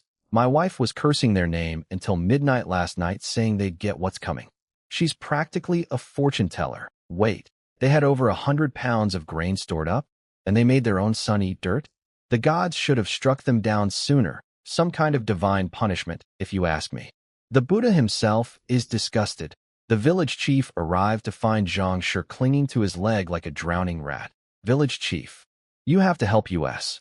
Without grain, my whole family will starve. He looked down at this snot-covered, tear-soaked woman latched onto his pants, his good pants, the ones with barely any patches, and physically peeled her off, stepping backward. That outfit was his pride and joy, and she was getting it filthy. Stop crying and tell me exactly what's missing, father. Eyes swollen like 2 red plums, voice shaking like a leaf in a storm. Everything. The doors. Both grain cabinets. 20-something pounds of white flour and rice, over 100 pounds of coarse grain, the water barrel, the firewood, 2 laying hens, even the front gates, The crowd erupted again. Divine justice. They had white flour and white rice hidden away while their son ate clay. Heaven couldn't take it anymore. And we all thought they were poor. They were hoarding. That's when I made my entrance. I strolled through the crowd with Lee Urgu at my side, morning sunlight hitting my shoulders, looking refreshed, well-rested, and absolutely spotless. The villagers parted and nodded approvingly. This kid looked like a whole new person since leaving that toxic household. Mother spotted me and went feral, hair flying, eyes wild. She charged, "You did this. You got kicked out yesterday and robbed us last night. It was you." Father caught the same wave of paranoid logic and lunged forward. "Confess. Where did you hide our stuff? Tell me now, or I'm going to the county magistrate." I sidestepped Mother's claws without breaking a sweat, crossed my arms, and gave them both my most delicious smirk. Interesting theory. Those jujube doors weigh enough that 3 or 4 strong men can barely lift them. Those grain cabinets need an ox cart to move. Please explain to me, to everyone here, how one person, in the dead of night, without making a single sound, moved all of that. Am I a wizard? Can I summon bean soldiers? Do I have magic? The crowd burst out laughing. The idea was ridiculous, and everyone knew it. Father's conviction wavered, but my grinning face made his blood boil. "You're strong. Maybe you carried it all yourself." Lee Urgu stepped forward with his fists clenched. "Lies. Brother Wang Chuan slept at my house last night. My mother and I can both testify." "Stop trying to frame him." Father's face went through another color cycle. "How do we know you two didn't plan this together?" The village chief's voice cut through like a blade. "Wang Yufu. Unless you have evidence, shut your mouth. Or I'll be the one pressing charges, on Wang Chuan's behalf." Father's mouth snapped closed like a trap. The village chief addressed the crowd. "This is a strange case. I'll report it to the county magistrate. Everyone stay alert. Now go home." The crowd dispersed reluctantly. This was the best entertainment they'd had in months. I walked away with Urgu, feeling lighter than I had in both lifetimes. The Wang family wasn't destroyed. They still had their land and their house, minus the doors. But with Big Brother burning money at the brothel, Third Brother refusing to work, and zero stored grain during a famine, that ship was sinking, and I'd just poked a few extra holes in the hull. Now I had a new priority. The head tax was coming due soon, 2 silver taels, and I needed to figure out how to make money. Fast. But for the first time since waking up in this world, I wasn't worried. I had a spirit space full of stolen grain, miracle crops, and 2 very grateful chickens. Things were finally looking up. On the walk back from the Wang family crime scene, Urgut didn't say a single word about what had happened. Not one question. Not one. "Hey, did you actually rob your family blind last night?" Nothing. I couldn't help myself. "Urgu, you really don't want to ask me anything?" He shook his head with that big, honest face. "Brother Wang Chuan, whatever you did, you had your reasons. You saved my life once. I trust you completely. You tell me to jump, I jump. You tell me to run, I run. You tell me to lie to the entire village elder council. Well, I already did that this morning, so we're good. This kid, in a world full of backstabbing relatives, I somehow found the most loyal human being on the entire planet. The universe owed me one good thing, and it delivered Lee Urgu. But thinking about Urgu made me think about his mother. The poor woman had been sick for years with some kind of chronic wasting disease, draining the family dry. Medicine costs had eaten through everything they had. Then it clicked. My spirit-enhanced yams. The ones that made me feel like I'd absorbed the power of the sun. Those things were basically medicine on steroids. What if they could help Urgu's mom? "Urgu, has your mom been taking her medicine lately?" He sighed so deeply his whole body deflated. "She won't let me use the head tax money for medicine. It's been over a month since her last real prescription. I've been picking whatever herbs I can find on the mountain, but they're not the right ones. And she's getting weaker every day. What did the doctor say she needs? 20-year-old ginseng root, or something equally powerful. Basically a miracle drug we'll never afford." My eyes lit up so bright they probably glowed. "You know what? A few days ago I found this weird root on the mountain that looks like a yam, but isn't. When I ate it, my whole body heated up like a furnace. Might be some kind of super tonic. Want to try giving it to your mom? No guarantees, but it can't hurt." Urgus stopped walking so abruptly, he almost tripped over his own feet. His face went from 0 to maximum hope in half a second. "Really? You're serious? It could help my shhh. I slapped my hand over his mouth and scanned every direction like a paranoid spy. Nobody around. I said maybe, and I only have a small piece left. Keep it quiet. His face was bright red, nodding so fast his head was a blur. Got it. Whatever happens, I owe you forever. Go home first. I'll grab the stuff and meet you there. And don't tell your mom yet. Let me handle it. He took off running like his pants were on fire. Once he was gone, I rushed home, locked the door, and popped into my space. I pulled out a piece of spirit-enhanced yam, the fancy jade-colored kind with the golden veins. Then I cracked open the Wong family's stolen grain cabinet, the padlocked one, how ironic, and scooped out 5 pounds of white flour and 5 pounds of white rice. Yes, that's right. The grain the Wong family locked away from me for 25 years was now being used to feed my new family. Poetic justice tastes like premium white rice. I arrived at Urga's house, and the door creaked open with a sound that screamed, "We're too poor to oil the hinges." The whole place smelled like old herbal medicine. Urgu practically teleported out of the house. "Did you bring it?" I handed him the grain bags first, 10 pounds of good flour and rice. "Make sure your mom eats properly." Then I gave him the yam. "Wash this. I'll go sit with your mom." He froze, staring at the bags. "Brother Wang Chuan, you just left your family with nothing. You can't afford to." I gave him my best big brother frown. "Take it. Or do you not want me as your brother anymore?" He shut up immediately, eyes getting watery, and shuffled off to the kitchen. I walked into the main room and found Urgu's mother lying in bed, a thin, frail woman in her 40s, barely strong enough to wave at me. "Wang Chuan. Cough, cough. Heard you left the family? Good. Those Wang people are blood-sucking demons. If you'd stayed, they would have killed you eventually. Auntie, save your strength. Don't talk so much. Nonsense. I'm happy to see you. Cough. You saved my boy on that mountain. You're our family's guardian angel." Urgu came back with the washed yam, and his mother immediately perked up. "What's that? Why does it smell so fresh? So sweet." "It's medicine, Ma. Brother Wang Chuan found it on the mountain. He thinks it might help your condition." Her hands were shaking as she sat up. It can heal me?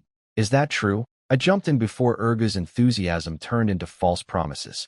"Auntie, I honestly have no idea if it'll work. It's just something that made me feel really warm and energized when I ate it. I thought it was worth trying. If it doesn't do anything, please don't blame me." "Blame you?" She shook her head, eyes glistening. "You thought of this old bag of bones at all. That's more than enough." Cough. "No matter what happens, I'm grateful." I handed her the yam. "Just eat it like a regular yam. Take a bite." She ran her fingers over the smooth, jade-like skin, frowning. "This isn't any yam I've ever seen. Too thick, too fragrant." What I asked this, then she bit into it. The effect was immediate. Her sunken eye sockets started filling with color. Her grayish skin warmed to a healthy pink. The change was so visible, so dramatic, that Urgu and I were both leaning forward with our jaws hanging open. This feeling, it's like warm water flowing through my entire body. Even my fingers are. Then she started coughing violently. Urgu went white as a sheet and dove toward her. But what came out wasn't blood. It was thick, jet-black phlegm. Clumps of it. Like her body was ejecting every bit of poison and sickness it had accumulated over years. "I'm fine." She held Urgu back with one arm, and the fact that she had the strength to hold him back was itself a miracle. Her eyes were blazing with a light I'd never seen in them before. "I feel clear. Like someone opened all the windows in a room that's been sealed for years. It's working. My disease. It's actually going away." Urgu's face crumpled. He tried to speak. Nothing came out except a choked sob. Tears started pouring down his face in rivers. This kid had spent years watching his mother slowly die, spending every coin on medicine that only slowed the inevitable. He'd already accepted that one day he'd come home and she'd be gone. And now this. Thud. He dropped to his knees in front of me and started banging his forehead on the dirt floor. "Brother Wang Chuan, you saved my life and my mother's life. I have nothing to give you. My entire existence belongs to you from this day forward. If you ever need anything, even if it costs me my life, get up." I hauled him off the ground, half laughing, half panicking. "Brothers don't do this. You kneel to me one more time, and I swear I'll disown you as a brother." He stood up, wiping snot and tears with his sleeve, but I could see it in his eyes, a vow carved in stone. Wherever I went, whatever I faced, this kid would throw himself in front of a blade for me without blinking. Still, looking good wasn't the same as being cured. I needed professional confirmation. But Urga's family was flat broke. Their last 4 silver taels were reserved for the head tax. Use the tax money. Get a doctor. We'll figure out the rest later, I told him. He didn't argue. Those days were over. He bolted to the next village and came back 30 minutes later with a proper physician. The doctor checked Annie Lee's pulse, checked it again, checked it a 3rd time, and then his eyes went so wide they nearly fell out of his face. This is impossible. The chronic wasting syndrome is completely gone. I estimated she had 6 months left at most. What happened? We all smiled innocently and told him we'd hired a mysterious expert doctor from the city. Yep, very expensive, very secretive. Don't ask questions. He left shaking his head in disbelief, muttering about miracles, after prescribing some basic recovery herbs. I watched Annie Lee sitting up in bed, sipping white rice porridge with actual color in her cheeks, looking more alive than she probably had in a decade. Behind her, Urgu had turned away to secretly wipe his eyes for the 15th time. This, right here, was what having a cheat was for. Not just filling my own stomach or getting revenge on terrible people, but being able to reach out a hand and actually change someone's life. The Wang family took everything from me for 25 years and gave nothing back. I'd known Urgu for a fraction of that time, and he'd already given me more loyalty, honesty, and friendship than every Wang family member combined. Some debts can never be repaid, and some bonds don't need repaying at all. They just need to exist. I turned down Urgu and his mom's dinner invitation and headed home to crack the most important puzzle of my new life. How to make money. My brain started connecting dots. The spirit field speeds up growth. The spirit spring supercharges quality. Whatever a plant naturally does, the spring water amplifies it by several times. Wheat fills your stomach. Spirit wheat fills your stomach and gives you energy. Yam is nutritious. Spirit yam literally cures chronic diseases. Then the idea hit me like a bolt of lightning to the brain. Goji berries. The legendary wolfberry. Every rich man in ancient China knew what goji berries were famous for: kidney vitality, male performance, bedroom endurance. Now imagine regular goji berries on steroids. Spirit Spring enhanced, turbocharged, premium-grade goji berries. 1 berry and you could go for 12 hours straight. 24 if you ate a handful. All I had to do was find some wealthy merchants, let them sample the goods, and wait for the magic to happen below the belt. Once they experienced the results, they'd be throwing silver at me. 2 measly taels for the head tax? That's pocket change compared to what desperate rich men would pay for guaranteed bedroom superpowers. I am a genius. First things first, I needed goji berry plants, which meant going up the mountain. I rummaged through old Hunter Lu's house and found his hunting bow and a quiver of 10 arrows hanging on the wall. Dusty but in perfect condition. I gave the bowstring a test pull, and thanks to days of spirit water and super yams pumping up my body, I drew it back to a full moon without even straining. That kind of arm strength was top tier for this village. Not bad for a guy who was practically dead 4 days ago. After a quick lunch, I grabbed the bow, arrows, and a machete, then headed to Urgu's place. Urgu, you free this afternoon? I'm going up the mountain. He exploded out of his house like a cork from a bottle. Mountain? Amayan, his mom, now looking healthier than she had in years, just reminded us to be careful and waved us off. Amazing what one magic yam can do for a mother's anxiety levels. We headed east toward the big mountains. The villagers always said the deep forest had bears, wolves, and tigers roaming around. Even experienced hunters wouldn't go past the midpoint. Because of this, during the famine, everyone had only dared to forage at the very base, and the mountainside was still untouched wilderness. Along the way, farmers spotted my bow and raised eyebrows. Wang Chuan, you're going hunting? I grinned. Haven't tasted meat in ages. Just going to the middle slopes to try our luck. Don't go too deep. The wild animals up there will eat you. Understood, understood. I bowed and we kept walking. Once we were well past the village, Urgu whispered, Brother Wang Chuan, are we really hunting? Hunting is a bonus. What I really need are valuable herbs and plants. His eyes went wide. Like that thing you gave my mom. If we can find more and sell them in the city, that's easily 8 or 10 silver taels. Your tax problem is solved. I just smiled mysteriously. The mountain was the perfect cover story. Any miracle substance I needed to explain? Found it in the mountains. Any suspiciously rare medicine? Mountain Valley. Very remote. You wouldn't know the spot. And with Urgu as my witness, nobody would question it. We wound our way up through thick brush and dappled sunlight when Urgu suddenly grabbed my arm. Brother, look, a gorgeous pheasant was pecking at the ground about 20 paces away. 5-colored plumage, blood-red comb, tail feathers fanned out over the fallen leaves like a peacock's jealous cousin. 20 paces. For an experienced archer? Easy shot. For a guy who'd never fired a bow in either of his lives and learned everything he knew from TV dramas? Let's call it ambitious. But the bird was skittish. One more step, and it'd bolt. Now or never. I nocked an arrow, mimicked every archery scene I'd ever watched on screen, drew the bowstring to a full moon, and let fly. Thwack. Dead center in the belly. The pheasant flopped twice and went still. I stood there in mild shock. Did I just actually do that? Brother, Urgu sprinted over and came back holding up the bird like a trophy. That shot was insane. First try. 5 or 6 pounds of meat right here. I nodded coolly, as if I hadn't been fully prepared to miss by 3 meters. Natural talent. Obviously. We rested under a tree, ate some dry rations, and kept searching.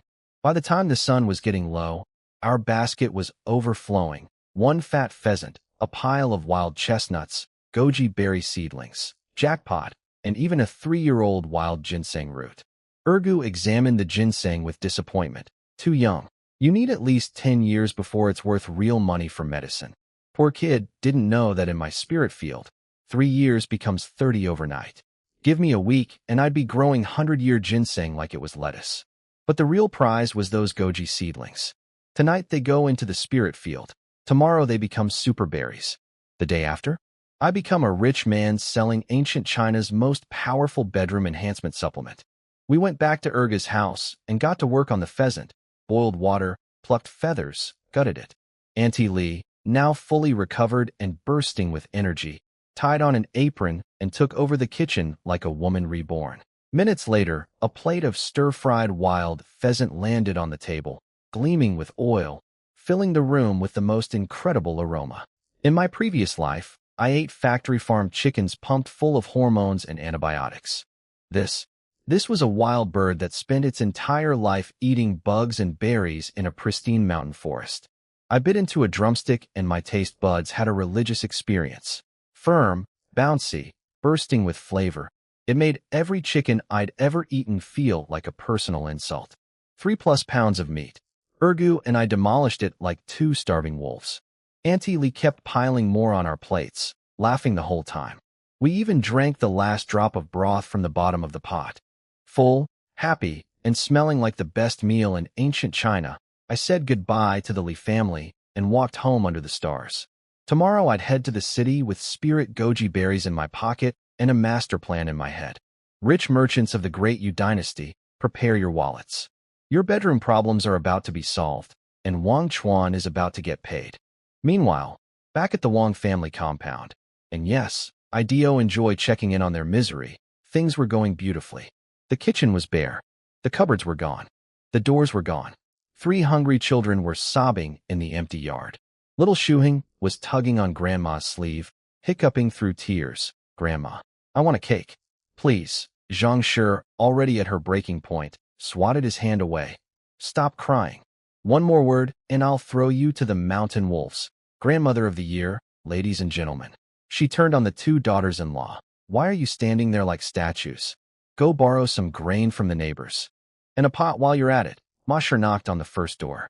Auntie Lee came out with a broom and chased her off the property. Get lost. You drove Wang Chuan away, and now you want help? You deserve this. Cui Shi tried the next house. The door slammed in her face before she finished her sentence. A voice came from inside. Funny how you didn't think about karma when you were feeding your own son dirt. Both women slunk back to the yard with nothing. Father Wang sat by the doorless entrance, puffing his pipe, tapping the doorframe with hollow bravado. Stop crying. We still have land and hidden silver. We won't starve. Tomorrow I'll go to the city and buy supplies. Hidden silver, huh? Interesting. Very interesting indeed. I filed that information away for future reference and whistled all the way home. I locked up the house, barred the door, jammed a stick against it, the full security protocol, and popped into my space. The goji berry seedling went into a corner spot, got a nice drink of spirit spring water, and I planted the 3-year ginseng right next to it. Then I grabbed my sickle and got to work harvesting the latest batch of wheat and yams. After several planting cycles, my super wheat field had grown to about 1/5 of an acre, yielding around 200 pounds per harvest. Plenty for one man. I wiped the sweat off my forehead and stared at the remaining wheat with a groan. This space is amazing, but doing all the farming manually is exhausting. Wouldn't it be wonderful if this place had auto-harvest? Like a farming game where you just click a button? I stood there for a full minute, concentrating really hard, waiting for some magical automation system to activate. Nothing happened. Not even a sparkle. Guess that feature isn't included in my package. I sighed, picked up the sickle, and got back to work like a peasant. Because that's what I am. A peasant with a magical pocket dimension who still has to do everything by hand. I crawled into bed and passed out instantly. Next morning, roosters crowed. I skipped the face washing and dove straight into the space. The goji berry seedling was gone. In its place stood a full-grown tree, about 2 meters tall, with branches sagging under the weight of berries the size of hawthorn fruits. Normal goji berries are tiny little things. These were absolute units. Red, plump, practically glowing with vitality. I plucked one, stared at it, and bit off a quarter. The effect was instant. A rush of heat shot straight to my lower abdomen like someone had lit a bonfire in my pelvis. And then, well, let's just say my brother stood at full attention without any input from my brain. Like a soldier hearing reveille at 4 a.m. Snapped to attention. No questions asked. I stood there in my magical garden, grinning like an idiot despite the situation. Because this confirmed everything. These berries were basically ancient Chinese Viagra times 1,000. 1/4 of a berry did this. Rich old merchants would sell their own grandmothers for a handful. The money printer was officially ready. Now I just needed to get to the county city, which was over 20 li away, about a 2-hour walk. Or I could catch old Wu's ox cart and get there in under 30 minutes. Problem: I was completely broke. Not one copper coin to my name. Solution: I pulled some regular, non-spirit enhanced yams from my space, loaded them into a bamboo basket, and headed for the village entrance. And this is where the universe gave me the most delicious comedy scene of the week. The entire Wong family, all 8 of them, was already at the village entrance, also heading to the city to buy replacements for all the stuff that mysteriously disappeared from their house. Wonder who could have done that. Little Shuheng was whining at maximum volume. "Grandma, I'm starving. My legs are jelly. I want to ride the cart. I don't want to walk." Zhangshi grabbed him. "My precious darling, listen to Grandma. We'll walk. It's not far. Last time it took 2 hours and my feet got blisters. I want the cart." Then little Pundi, third brother's 6-year-old daughter, spoke up timidly from behind the group. "Grandpa, Grandma, I don't want to walk either." Zhangshi whipped around and aimed those terrifying triangle eyes at the little girl. A girl complaining about being tired? Women are born to suffer. "One more word, and I'll slap your mouth off." She grabbed Pundi's arm and twisted. The little girl's eyes filled with tears, but she bit her lip and didn't make a sound. Third brother watched this happen to his own daughter. His fists clenched so tight his knuckles cracked. His jaw worked up and down. But in the end, he just turned away and sighed. Father settled the debate with Solomon-like wisdom. Shuheng rides the cart. Everyone else walks, so Zhangshi shuffled up to old Wu the cart driver with a face full of wrinkles arranged into something resembling a smile. "Brother Wu, my grandson is young and weak. Could you maybe give him a free ride? He's so small, he barely takes up any space." Old Wu didn't even look at her. He cracked his whip so hard the ox flinched. "Lady, you think my cart is a charity? Hay and feed cost money. Does your grandson's golden backside produce silver coins when it touches my cart?" Zhangshi's face went the color of an eggplant.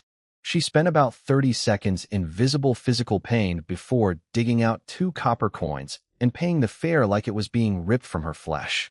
Shuheng climbed up smugly. The rest of the Wong parade started trudging down the road on foot. I arrived at the village entrance just as the cart was about to leave. Old Wu saw me and his face split into a grin. "Wang Chuan, heading to the city? Hop on. I'll give you a ride." "Oh, I couldn't possibly impose," I said, already sitting down on the cart before he could respond. Old Wu burst out laughing. Look at you. When did you learn to be smooth? Much better than the old silent version of you. All that kid knew was how to work himself half to death. And what did it get him? Kicked out by his own rotten family. I laughed along, chatted with him for a bit, then casually scanned the back of the cart. Several villagers were sitting there, all smiling and greeting me warmly. And there, squeezed into the far corner by everyone else, looking like a cat stuck in a bathtub, little Shuang. He spotted me, stuck his chin up, and did a little humph. This ungrateful little toad. When his mother Cui Shi was giving birth to him, she nearly died from complications. It was the original Wang Chuan who ran 10 li in the middle of the night to fetch a midwife and save both their lives. But whatever. We're strangers now. Moving on.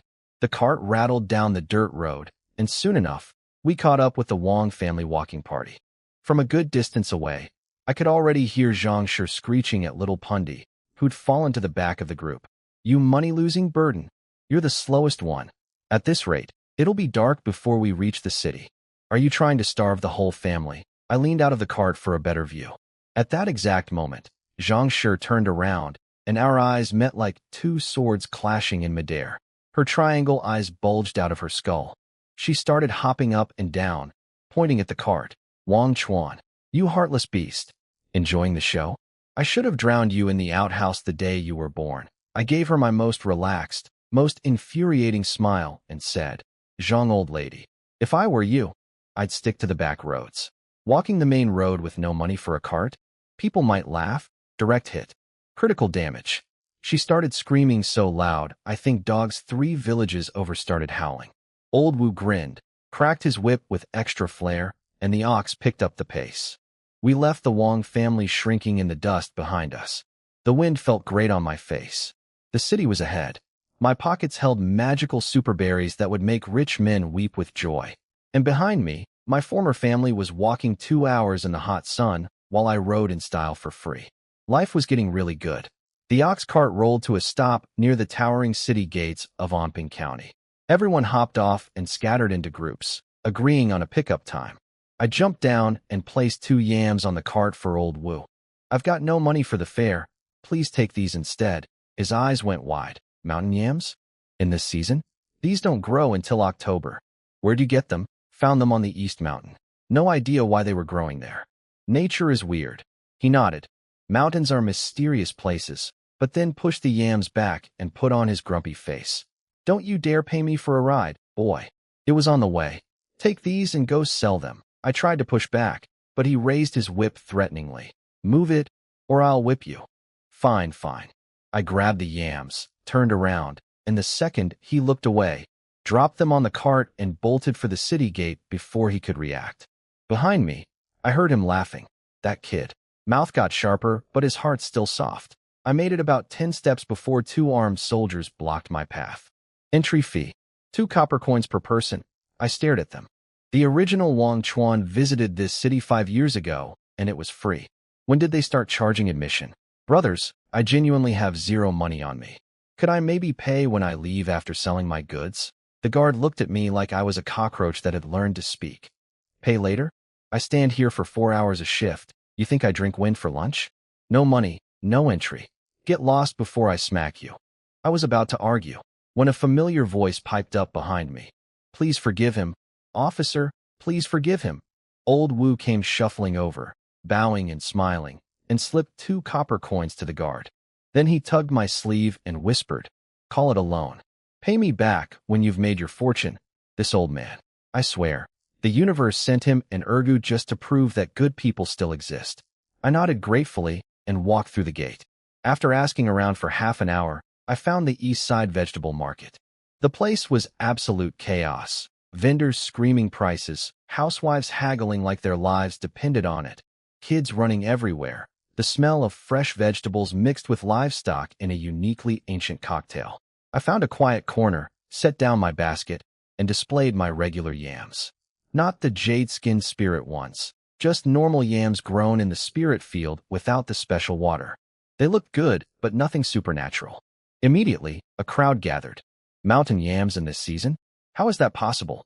What's the price? 10 copper coins per pound. I announced with my most honest farmer's smile. Dug these out of the deep mountains myself.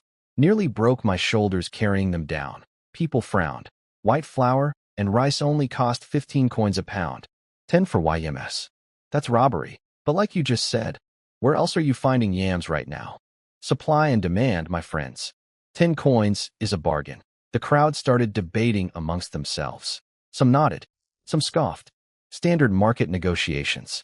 Then a middle-aged man in a blue robe with a round cap and a very impressive mustache pushed to the front, followed by a servant.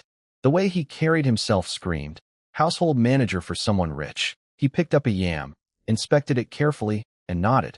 "I'll take all of them. Bring them to my master's estate." My heart did a little dance, but I kept my cool. "That's very generous, sir. There's at least 30 pounds here. Are you sure your household can eat them all before they go bad?" The servant puffed up like a peacock. "We are the Qian family. This is Manager Li. Show some respect and bow properly. Bow to your—" I started in my head, then slammed on the mental brakes. External face activated. Manager Li. Though I'm just a humble village nobody, even I've heard of the great Qian family of Anping County. Everyone says Master Qian is the most generous man in the region. Last year, he opened his granaries and saved countless famine victims. People give him a thumbs up wherever he goes. And your eye for quality, Manager Li, truly remarkable. You spotted my premium yams in one glance. Manager Li stroked his mustache, trying very hard not to smile. Flattering little tongue you've got. Though I don't recall my master opening any granaries. Minor details, I waved dismissively. He chuckled. Fair warning. If these yams aren't as good as you claim, I'll have your hide. I ripped open my collar and showed him the scars on my shoulder. Courtesy of my previous life as the Wang family workhorse. See these wounds? Got them climbing deadly cliffs to dig these yams. I risked my life for this product. The crowd gasped. Manager Li was impressed. Deal sealed. As we walked toward the Qian estate, I poured on the charm thicker than honey on pancakes. By the time we'd covered 3 blocks, Manager Li was treating me like his favorite nephew. Time to deploy phase 2. So, Manager Li, I heard Master Qian recently took a new young concubine. He froze mid-step and stared at me. That information hasn't gone public yet. How do you know? How do I know? Because every rich old man in ancient China takes young concubines. It's practically in the job description. But what I said was, my cousin's stepsister's nephew's uncle's neighbor's son works at the red light district. He mentioned it. Manager Li nodded slowly. That explains it. I cannot believe that worked. I leaned in close, dropping my voice to maximum conspiracy level. Manager Li, I think fate brought us together today. Because aside from yams, I found something on that mountain that could be very useful for Master Qian's nightly activities. His eyebrow shot up. I reached into my shirt and pulled out a cloth pouch. Slowly, dramatically, I peeled back one corner to reveal 2 berries. These weren't just any berries. These were my spirit-enhanced goji berries. Each one the size of a quail egg, deep crimson red, covered in delicate golden veins that shimmered like liquid amber in the sunlight. Manager Li's jaw dropped so hard I heard it click. What? What are those? They look like goji berries, but they're enormous. Excellent eye. Manager Li, I gave him my best thumbs up while my brain churned at maximum RPM. These aren't ordinary goji berries. These are the extremely rare, crimson sun fruit. I found them growing on a cliff face that no normal person could reach. Legend says just one of these can make a 70-year-old man feel like he's 20 again. I paused dramatically. Watched his atoms apple bob up and down like a fishing float. Unfortunately, I only have a few dozen. I was planning to keep them all for myself. But meeting you today, well, this must be heaven's arrangement. Let me set the scene for what happened behind closed doors while I was sitting in the side hall stuffing my face with fancy pastries. Old Master Qian was 63 years old, practically ancient in this dynasty. But as the saying goes, a man stays a teenager until the day he dies, and this old-timer was living proof. Half a month ago, he bought a 20-year-old beauty named Wanner from the red light district and made her his 12th concubine. 12th. This man was collecting wives like trading cards. For the first few days, the old stallion was having the time of his life with his new acquisition. Singing, dancing, bedroom gymnastics, the full romantic package. But then, predictably, The engine started sputtering. The flag wouldn't fly. The cannon wouldn't fire. The warrior was unable to report for duty. Panic mode activated. He summoned every doctor in the county. Expensive herbs, rare medicines, exotic prescriptions. Nothing worked. If anything, things got worse. He was surrounded by 12 gorgeous women, and all he could do was look at them. The frustration was literally killing him. Then Manager Lee burst into his study, red-faced and panting, and threw himself on the floor. Master, great news. The greatest news. Master Qian dropped his calligraphy brush. I'm practically dying down there, and you say there's good news? Manager Lee knocked his forehead on the brick floor with a thud and told the old man everything about meeting me and the mysterious crimson sun fruit. He pulled out the 2 berries. Master Qian's breathing went ragged the moment he saw them. Those quail egg-sized, golden-veined, amber-glowing berries were the most beautiful things he'd ever laid eyes on. Crimson sun fruit? Never heard of it. Does it really work as that boy claims? Manager Lee, trying to prove his loyalty, reached for a berry. If you're worried, let me test one first. Don't you dare. Master Qian slapped his hand away. If these things are as precious as he says, feeding one to you would be like giving a diamond to a donkey. Manager Lee nodded eagerly and backed away from the berries. Where's the boy now? In the side hall, sir. Being well looked after. Is he acting suspicious? Not at all. He's in there demolishing the pastry tray as we speak. Master Qian took a deep breath, stared at the berry, stared some more, then thought about Warner, thought about the other 11 women, thought about his useless situation below the belt. He popped the berry in his mouth and bit down. The effect was like a rocket launching inside his body. A torrent of fire shot straight to his lower abdomen and spread through every meridian like molten gold. His limp, exhausted limbs suddenly surged with power. Everything that had been down was suddenly very much up. His eyes went wide as dinner plates. Quick, take me to the 12th wife. Actually, get the 11th wife too. Manager Lee took one look at the old man's tomato-red face and understood completely. He called for servants to escort the master to the back chambers at maximum speed. 1 hour passed. No word from the back rooms. Then another hour. Still nothing. I was sitting in the side hall getting increasingly nervous. This old man was 63. What if my turbo berry was too powerful? What if he was in there right now, dying of exhaustion on top of wife number 12? What if he was already dead and I'd just committed involuntary manslaughter by goji berry? I eyed the 2 guards standing by the door and seriously considered making a run for it. Before I could formulate an escape plan, Manager Lee appeared, walking behind an old man who looked like he'd just drunk from the fountain of youth. Master Qian was glowing. Rosy cheeks, straight back, eyes sparkling, practically bouncing with every step. This was not the same 63-year-old who apparently couldn't perform 2 hours ago. Manager Lee introduced us. Brother Wang Chuan. This is our family patriarch. Master, this is Brother Wang Chuan. I bowed respectfully. Master Qian, greetings. Then, before he could say a word, I launched my most devastating flattery attack. Everyone says you're remarkably vigorous for your age, practically as strong as a young man. But now that I see you in person, I realize they were all wrong. Manager Lee behind him started having a panic attack. His eyes were blinking at me so fast they looked like they were short-circuiting. What was I doing? Insulting the man to his face? I continued without missing a beat. They were wrong because you're not like a young man. You are one. That energy, that spirit. A 20-year-old would weep with jealousy looking at you. The way you walked in just now, powerful, commanding, mountain-like presence. I honestly thought a general had walked in. If I didn't know who you were, I'd have assumed you were some legendary border commander on a secret inspection. Master Qian's face went from suspicious frown to full-bloom flower in about 3 seconds flat. His wrinkles literally smoothed out from smiling so hard. He slapped my shoulder with the enthusiasm of a man who'd just conquered 2 wives in a single afternoon. You've got a mouth on you, boy.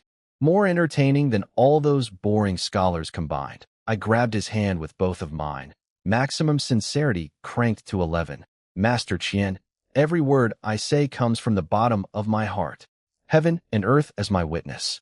If I've told a single lie, may my parents and brothers all drop dead. Bold oath, considering I already hated my parents and brothers. Technically accurate and emotionally devastating. This old man had clearly never been buttered up this hard in his entire life. He was practically vibrating with joy. He gripped my hand back and declared, "Wang Chuan, the moment I saw you, I felt a connection, an instant bond." Then he turned to Manager Li and shouted, "What are you standing there for? Prepare the incense, altar, and wine. Today, I am making Wang Chuan my sworn brother." Manager Li's jaw unhinged like a snake's. His eyeballs nearly rolled out of his head onto the floor. He'd served this old man for over a decade and never seen anything like this. Master Qian, who hated rough common folk, wanted to become blood brothers with a yam seller from a mountain village? Had the berry broken his brain? Master Qian glared at him, and Manager Li snapped back to reality, bowing and scrambling out to make preparations. I was equally stunned. All I did was flatter him a little. How did we go from nice mountain yams to sworn brotherhood? Are ancient rich people really this easy? But with those intense eyes locked on me, refusing wasn't an option. I forced my biggest smile. Big Brother's generosity overwhelms this humble little brother. I am honored beyond 3 lifetimes. 30 minutes later, the Qian estate was decorated like a festival. Incense burning, offerings arranged, candle flames dancing across the walls. I knelt on a cushion next to a 63-year-old man who'd just had a 2-hour marathon with 2 wives thanks to my magic berries. And together we swore our oath. Heaven and earth bear witness. Master Qian splashed wine on the floor. Today I, Qian, and Wang Chuan become sworn brothers. We need not share the same birthday. I had to finish it. No choice. But we pray to die on the same day. What am I saying? This man is 63. If we die on the same day, I'm the one getting ripped off. Ha ha ha. Wonderful. My brother, he pulled me up into a bear hug with the strength of a man who'd just rediscovered his youth. Then he snapped his fingers, and a parade of beautiful women floated into the room. 1, 2, 3. I lost count around 8. 12. 12 women, each more stunning than the last, all lined up in front of me. Little brother, these are my 12 concubines, your sisters-in-law now. Say hello. All 12 women curtsied in perfect unison. Greetings to the second master. I stood there, mouth open, brain completely offline. I walked into this city 3 hours ago without a single copper coin to my name. I couldn't even pay the entry fee. And now I'm the sworn brother of the richest man in the county, being greeted as second master by 12 gorgeous women. This world is insane, and I am absolutely here for it. After the parade of 12 beautiful sisters-in-law, Big Brother Qian brought me to his study. Manager Li personally brewed tea and served it like I was royalty. 24 hours ago, I was eating stolen yams in a borrowed house. Now I had a personal tea servant. Life comes at you fast. Master Qian pulled out a sandalwood token carved with the character Qian and placed it in my hand. Little brother, there are only 2 of these in existence. One is mine. The other is now yours. Anywhere in Anping County, if you run into trouble, flash this token. Even the county magistrate will show you respect. My eyes nearly popped out. This was basically an ancient VIP card with unlimited authority. But wait, there was more. Also, any shop owned by the Qian family, you can take whatever you want. No need to pay. Just show the token and walk out. A bottomless credit card? In ancient China, I put on my most humble expression. Big brother, this is far too generous. I really can't accept this. While saying these words, I was already shoving the token deep into my shirt, so hard it was practically embedded in my chest. Try taking it back now, old man. He laughed. Nobody's fighting you for it. It's yours. Then he clapped his hands, and a servant walked in carrying a silver tray. On it sat 10 big, fat, shiny silver ingots. 100 taels. 100. Consider this a welcoming gift between brothers. Stay at my estate tonight, and tomorrow we'll visit my cloth shop to get you some proper clothes. Can't have my sworn brother walking around looking like a scarecrow. I waved my hands frantically. Big brother, I absolutely cannot take this money. Besides, I need to head back to the village today. People are waiting for me. He put on his stern face. Refusing my gift means you don't respect me as a brother. Everything I own is yours, except the 12 concubines. Those we do not share. Fair enough. Very clear boundaries. I appreciate a man who establishes the sharing policy up front.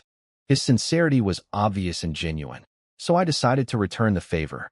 I pulled out a cloth bundle from my shirt. Since Big Brother treats me with such warmth, I can't hold back either. Here, 10 crimson sunfruits. All yours. His eyes went so wide I could see the whites all the way around. 10 berries. Given his situation, and how 1/4 of one berry had sent him sprinting to his wives for 2 hours, 10 berries was basically a lifetime supply of bedroom rocket fuel.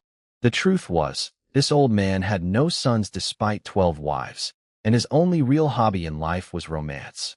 Becoming my sworn brother was partly genuine friendship and partly a very strategic move to secure a steady supply of magic berries. Smart man. I respected the hustle. Half an hour later, I said goodbye despite his insistence that I stay. I also politely declined his offer to send me home in a fancy carriage. Couldn't exactly roll into my dirt-poor village in a rich man's horse cart without raising every eyebrow in existence. I walked out of the Qian estate with 100 silver taels in my possession. This morning, I was losing sleep over 2 taels for the head tax. Now I was the richest person in Green Mountain Village by approximately 1,000%. The emotional whiplash was giving me vertigo.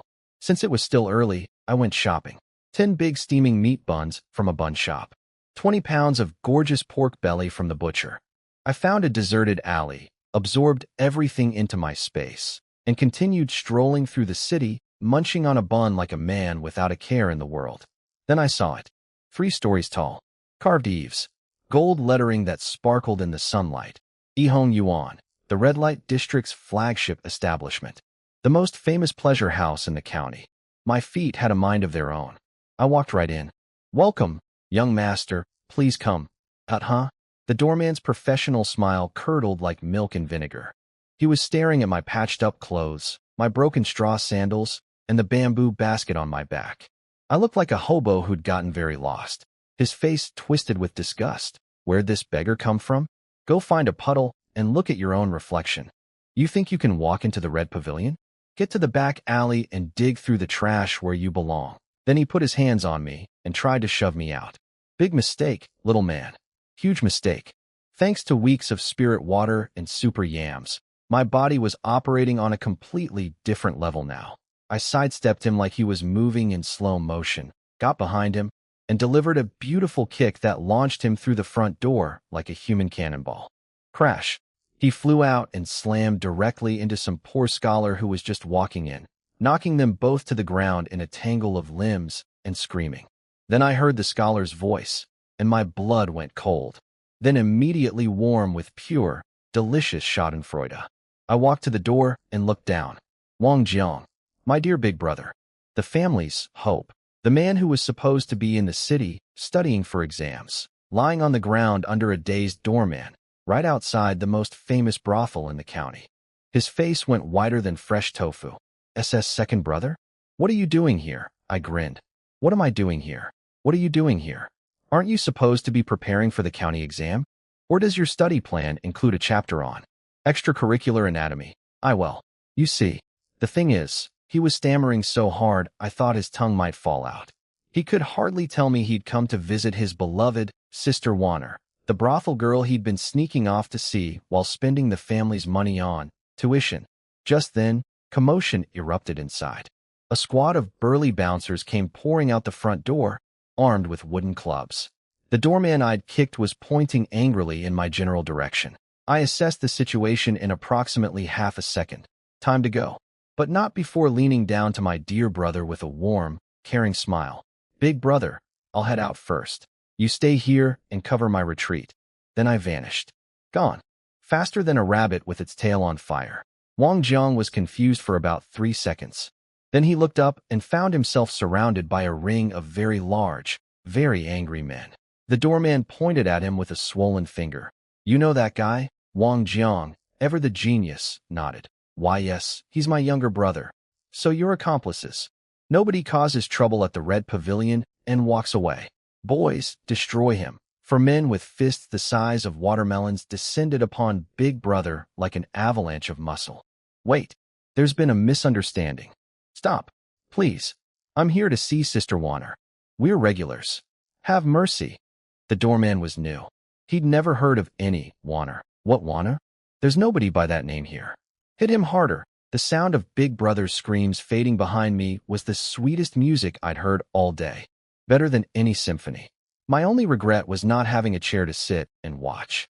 Somewhere in the middle of that beating, I'm sure Wang Jiang was cursing my name across 8 generations. Good thing we were no longer family. Those curses wouldn't stick. I wandered onto another street, still grinning, when I spotted a massive general store with a big Qian character painted on the front. One of Big Brother Qian's shops. And he did say I could take whatever I wanted for free. Waste not, want not. I walked in, already mentally shopping. And that's when the universe decided to give me the comedy cherry on top. From a corner of the shop came a painfully familiar voice. Honey, this store is huge and has everything. Let's just buy it all here. On the way home, we'll take the ox cart and make those 2 money-losing girls walk by themselves. I'm so exhausted. I turned my head and there they were. Father Wang and Mother Zhang, standing in the corner inspecting iron pots. Of course they were here. Of all the stores in this entire city, they walked into the one that belonged to my sworn brother. Some people call it coincidence. I call it destiny delivering my enemies directly to my doorstep. Again, the old couple was so focused on haggling over iron pots that they didn't even notice me walk in. They were standing there whispering and debating for ages before Father finally worked up the courage to ask the price. He put on his most pathetic smile. Excuse me, how much is this pot? The shop clerk took one look at their patched-up rags and his attitude dropped colder than winter. 240 coins. Don't touch it if you're not buying. You can't afford to replace it if you break it. 240? Mother shrieked so loud the clerk nearly jumped out of his skin. That's robbery. That's almost 30 pounds of flour. Father was shaking too. His last pot cost 80 coins over a decade ago. Inflation hits different when you've been living off your son's free labor for 20 years. The clerk slammed his feather duster on the counter. Stop screeching. You're scaring away real customers. If it's too expensive, the door is right there, Father groveled. Sir, please, we just thought the price was a bit high. 5 pounds of refined iron. 81 steps of craftsmanship. 3-year guarantee. You want cheap? Go dig in the street and see what you find. While they were begging for a discount, I quietly went shopping. 3 pounds of coarse salt. 2 jars of lard. A packet of cane sugar. I hadn't tasted anything sweet since arriving in this dynasty, and I was dying for it. Various spices and seasonings. A big iron pot. A shiny new kitchen knife. The whole works. The commotion from my side of the store caught their attention. Both of them turned around and saw me standing there with an armful of expensive goods. Their eyes nearly exploded out of their skulls. I could practically hear the gears grinding in their heads. Where did this penniless animal get money? He must have stolen our stuff and sold it. Before Father could even open his mouth, Mother launched herself at me like a screeching missile. You thief! Where'd you get all that money? You stole from our house. I'm dragging you to the magistrate today. I sidestepped her effortlessly. Honestly, dodging Zhang Shi was becoming a daily cardio routine, and hit her with my coldest smirk. Stole? From your house? Lady, your leaky shack full of broken furniture. What exactly is worth stealing? Don't flatter yourself. Then I reached into my shirt and pulled out a tin-tail silver ingot. Pure, gleaming, beautiful. I dangled it in front of her face like a shiny toy. Open those eyes wide. See this? I earned it selling a wild mountain ginseng root. Legally, your entire house of garbage wouldn't be worth a fraction of this. Father stared at that silver ingot, and I watched something die inside him. I could literally see the regret creeping across his face like a shadow. If he hadn't disowned me, that silver would be his. 10 taels, 3 or 4 years of the Wang family's total savings. Sitting in the palm of the sun, he'd thrown away like trash. His heart must have felt like someone was twisting it with pliers. Mother was equally stunned into silence. Their entire household inventory, the stuff that mysteriously vanished, probably wasn't even worth half a tael. Accusing me of theft was now mathematically impossible. The shop owner spotted a big spender and came rushing over personally, all smiles and bows, to tally up my purchases. Sir, your total comes to 515 coins. Let's round down, 510. How's that? Deal. I handed over the silver ingot like it was pocket change. He counted out my change. 9 taels of silver plus 490 copper coins. I stuffed everything in my pockets, loaded my goods into the basket, and strolled out the door while the owner and his clerk bowed me out like I was a nobleman. Didn't look at the old couple once. Didn't offer to buy them so much as a chopstick. Why would I? These are the people who fed me dirt. After I left, the two of them slunk out of the shop like kicked dogs. By the time they hit the street, I was long gone. Now here's the part one didn't witness but would have paid to see. Mother, grinding her teeth on the sidewalk. That heartless dog. I was just thinking, if he'd paid for our pot, I would have forgiven everything and even let him come back home. But no, he walked out without even glancing at us. She started wailing. We should have chained him to a millstone and broken his legs before the disownment. Now he's rich and pretending we don't exist. Father squatted against a wall, chain-smoking his pipe, biting down so hard on the stem it must have cracked. He sat there puffing until the whole pipe was ash, then tapped it out on his shoe. Stop crying. That wild ginseng he mentioned. You really think it sold for 10 taels? Mother immediately stopped mid-wail, brain switching from grief mode to greed mode at light speed. Of course it's real. You saw that silver. Remember, a few days ago they sent him up the mountain to hunt, and he fell off a cliff? He must have found some treasure up there and hidden it. He's been sitting on a gold mine this whole time. She grabbed Father's sleeve so hard her nails dug into his skin. Slap. Father backhanded her. Are you a dog? You're drawing blood. You think my skin is worth money. Mother rubbed her cheek, but barely flinched. She was too fired up. I'm just so angry. All that silver slipping through our fingers. What do you want to do? Rob him, Father glared. Then Mother's eyes lit up with that special glow, the one that means she's just had a terrible, evil, uniquely Zhang-sure idea. She pulled Father behind a wall and whispered, Listen, when we get back, we spread rumors all over the village. Tell everyone he's a thief, he's unfilial, he's the worst son who ever lived. We make sure every matchmaker within 10 miles won't touch him with a 10-foot pole. Her voice was getting faster, more excited. Then we tell him, give us 5 taels of silver to apologize, and we'll stop the rumors. Otherwise, we go to the village entrance every day and scream about what a monster he is. No girl within 100 li will ever marry him. He's 25 and desperate for a wife. He'll have to pay up. She was practically vibrating with excitement, waving her bony fingers in Father's face like she was already counting imaginary silver. He was drooling over Widow Lin the other day. He wants a woman bad. We've got him by the throat. Father hesitated. You sure this'll work? What if he just ignores us? Mother cackled. He's 25 with no wife. He's more desperate than anyone. Trust me, he'll pay. And what's he going to do about it? The magistrate isn't his uncle. He can't throw us in jail for talking. Father thought it over, and a slow, greasy smile spread across his face. Maybe the old hag was onto something for once. Oh, you sweet, deluded, scheming old fools. You have no idea what you're walking into. The boy you're plotting against just became sworn brothers with the richest man in the county, carries a token that makes even the magistrate bow, and has a magical pocket dimension full of miracle crops. But sure, go ahead with your little rumor plan. I could use the entertainment. After leaving the Chin family shop, I ducked into a clothing store. For the first time in this life, I had money, and I was done looking like a walking pile of laundry rejects. The shop had 3 tiers, hemp for 50 coins, too flimsy, cotton for 200 plus, too fancy for mountain climbing, and sturdy cloth at 80 coins, tough, durable, with reinforced shoulders for hauling and hiking. Perfect for a man who plans to split his time between secret farming in a magic dimension and pretending to forage in dangerous mountains. 2 sets of the sturdy cloth. I slapped 160 coins on the counter, grabbed 1 set, and changed right there in the shop. Gray cloth, belt cinched tight. Instantly transformed from homeless scarecrow to respectable young man. Then I looked down at my straw sandals, which had more holes than sandal, with my toes poking out like they were trying to escape. 30 more coins. New cloth shoes. I was now officially the best-dressed version of myself in either lifetime. I was about to leave when I thought of Ergu and his mom. Bought them each a set too. Then I noticed the sun was getting low and hustled toward the city gate. Meanwhile, at the gate, the Wang family reunion was already in progress. Mother came staggering up with armloads of purchases, screaming at third brother, Are you blind?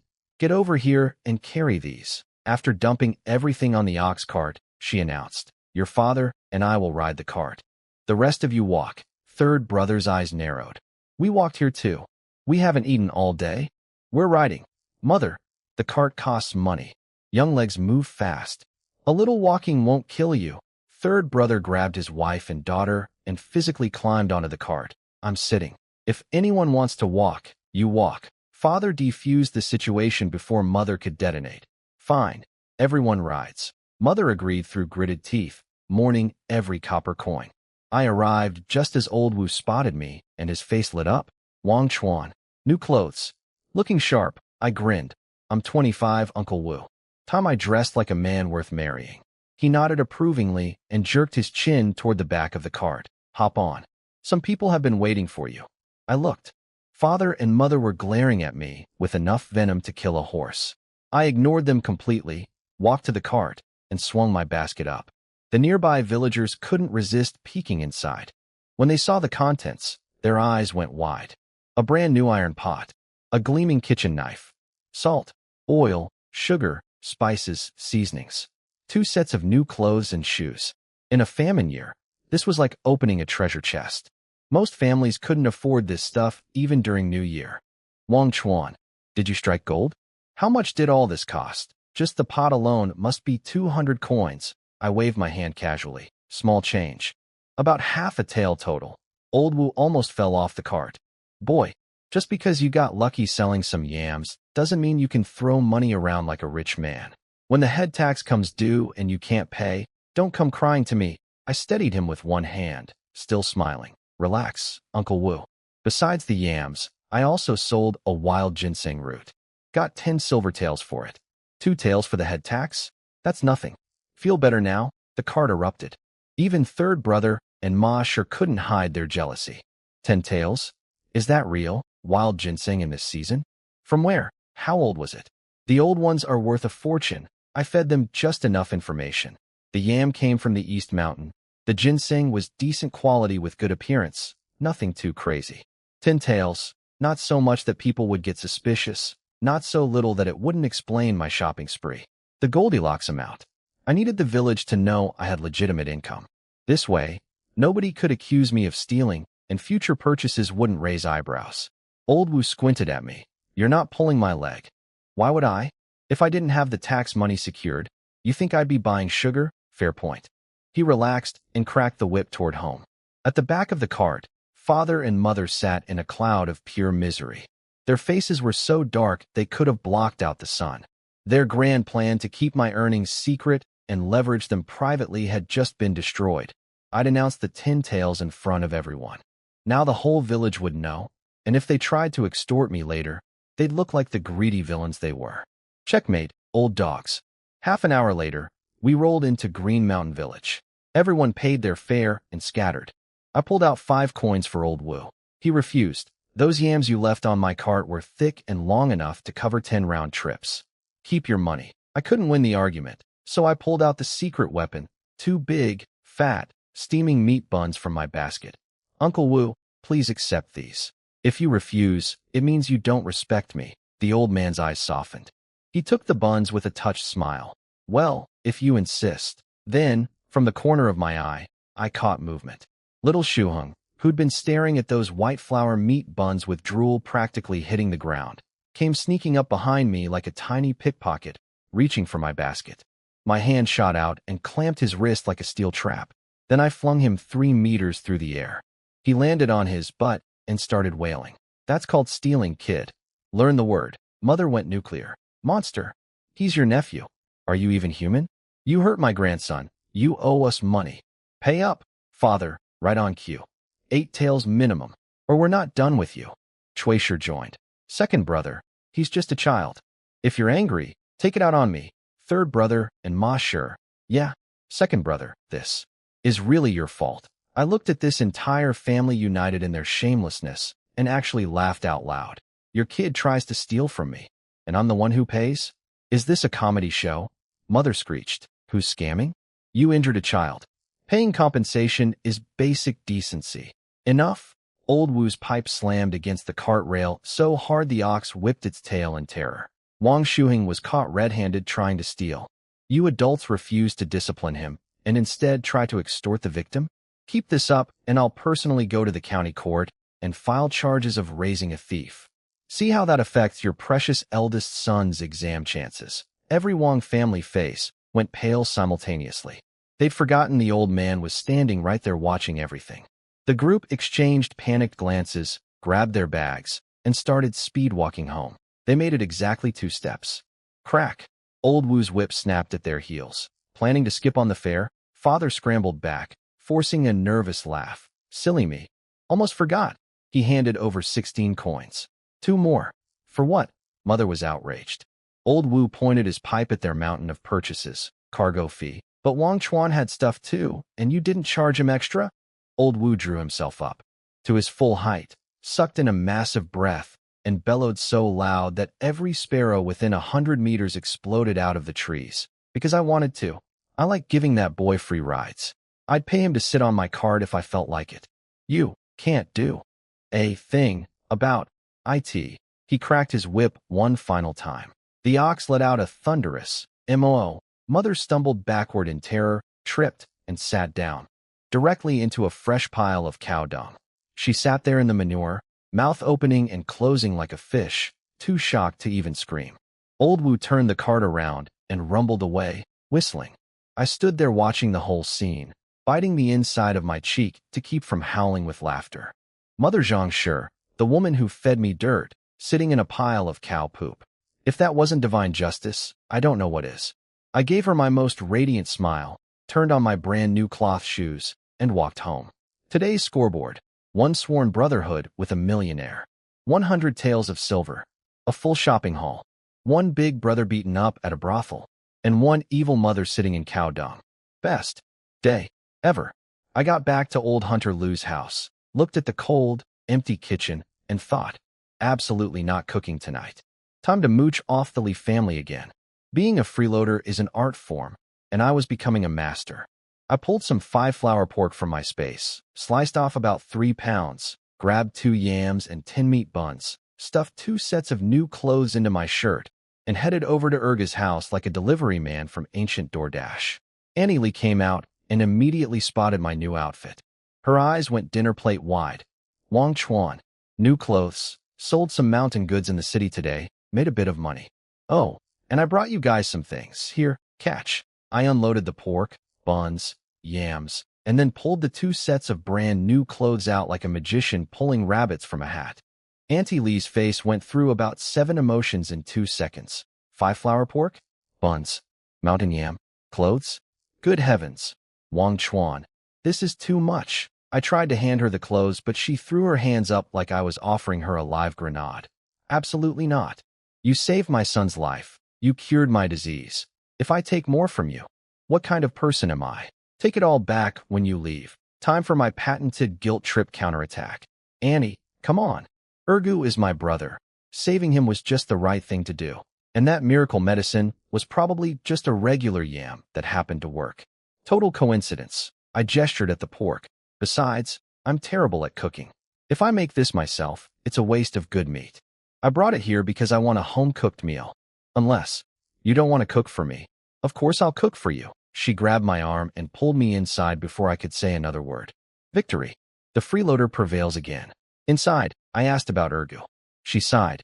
The village well went dry at noon today. He went to Song family village to fetch water. Should be back soon. My stomach dropped. The well is completely dry, bone dry. I went to check myself. Dozens of villagers couldn't draw a single bucket. We haven't had a drop of rain since last year. If this keeps up, all the weed in the fields will die and this whole village is finished. She changed the subject by brewing some wild tea Urgu had picked from the mountain. The smell that filled the room was incredible. Fresh, clean, earthy. I took a sip and nearly fell off my chair. This random wild mountain tea was better than any fancy tea I'd ever tasted in my previous life. This ancient world might be brutal, but the flavors were absolutely unmatched. Then I heard cursing outside. Urga stomped through the gate carrying 2 empty water buckets and looking like he wanted to punch a tree. Urgu, what happened? Where's the water? His face brightened when he saw me. Brother Wang Chuan. When did you get here? Hey, is it true you sold a wild ginseng for 10 taels? The whole village is talking about it. Who told everyone? I raised an eyebrow. Everybody knows. But wait. We went up that mountain together yesterday and didn't find anything worth selling. That was one I dug up before.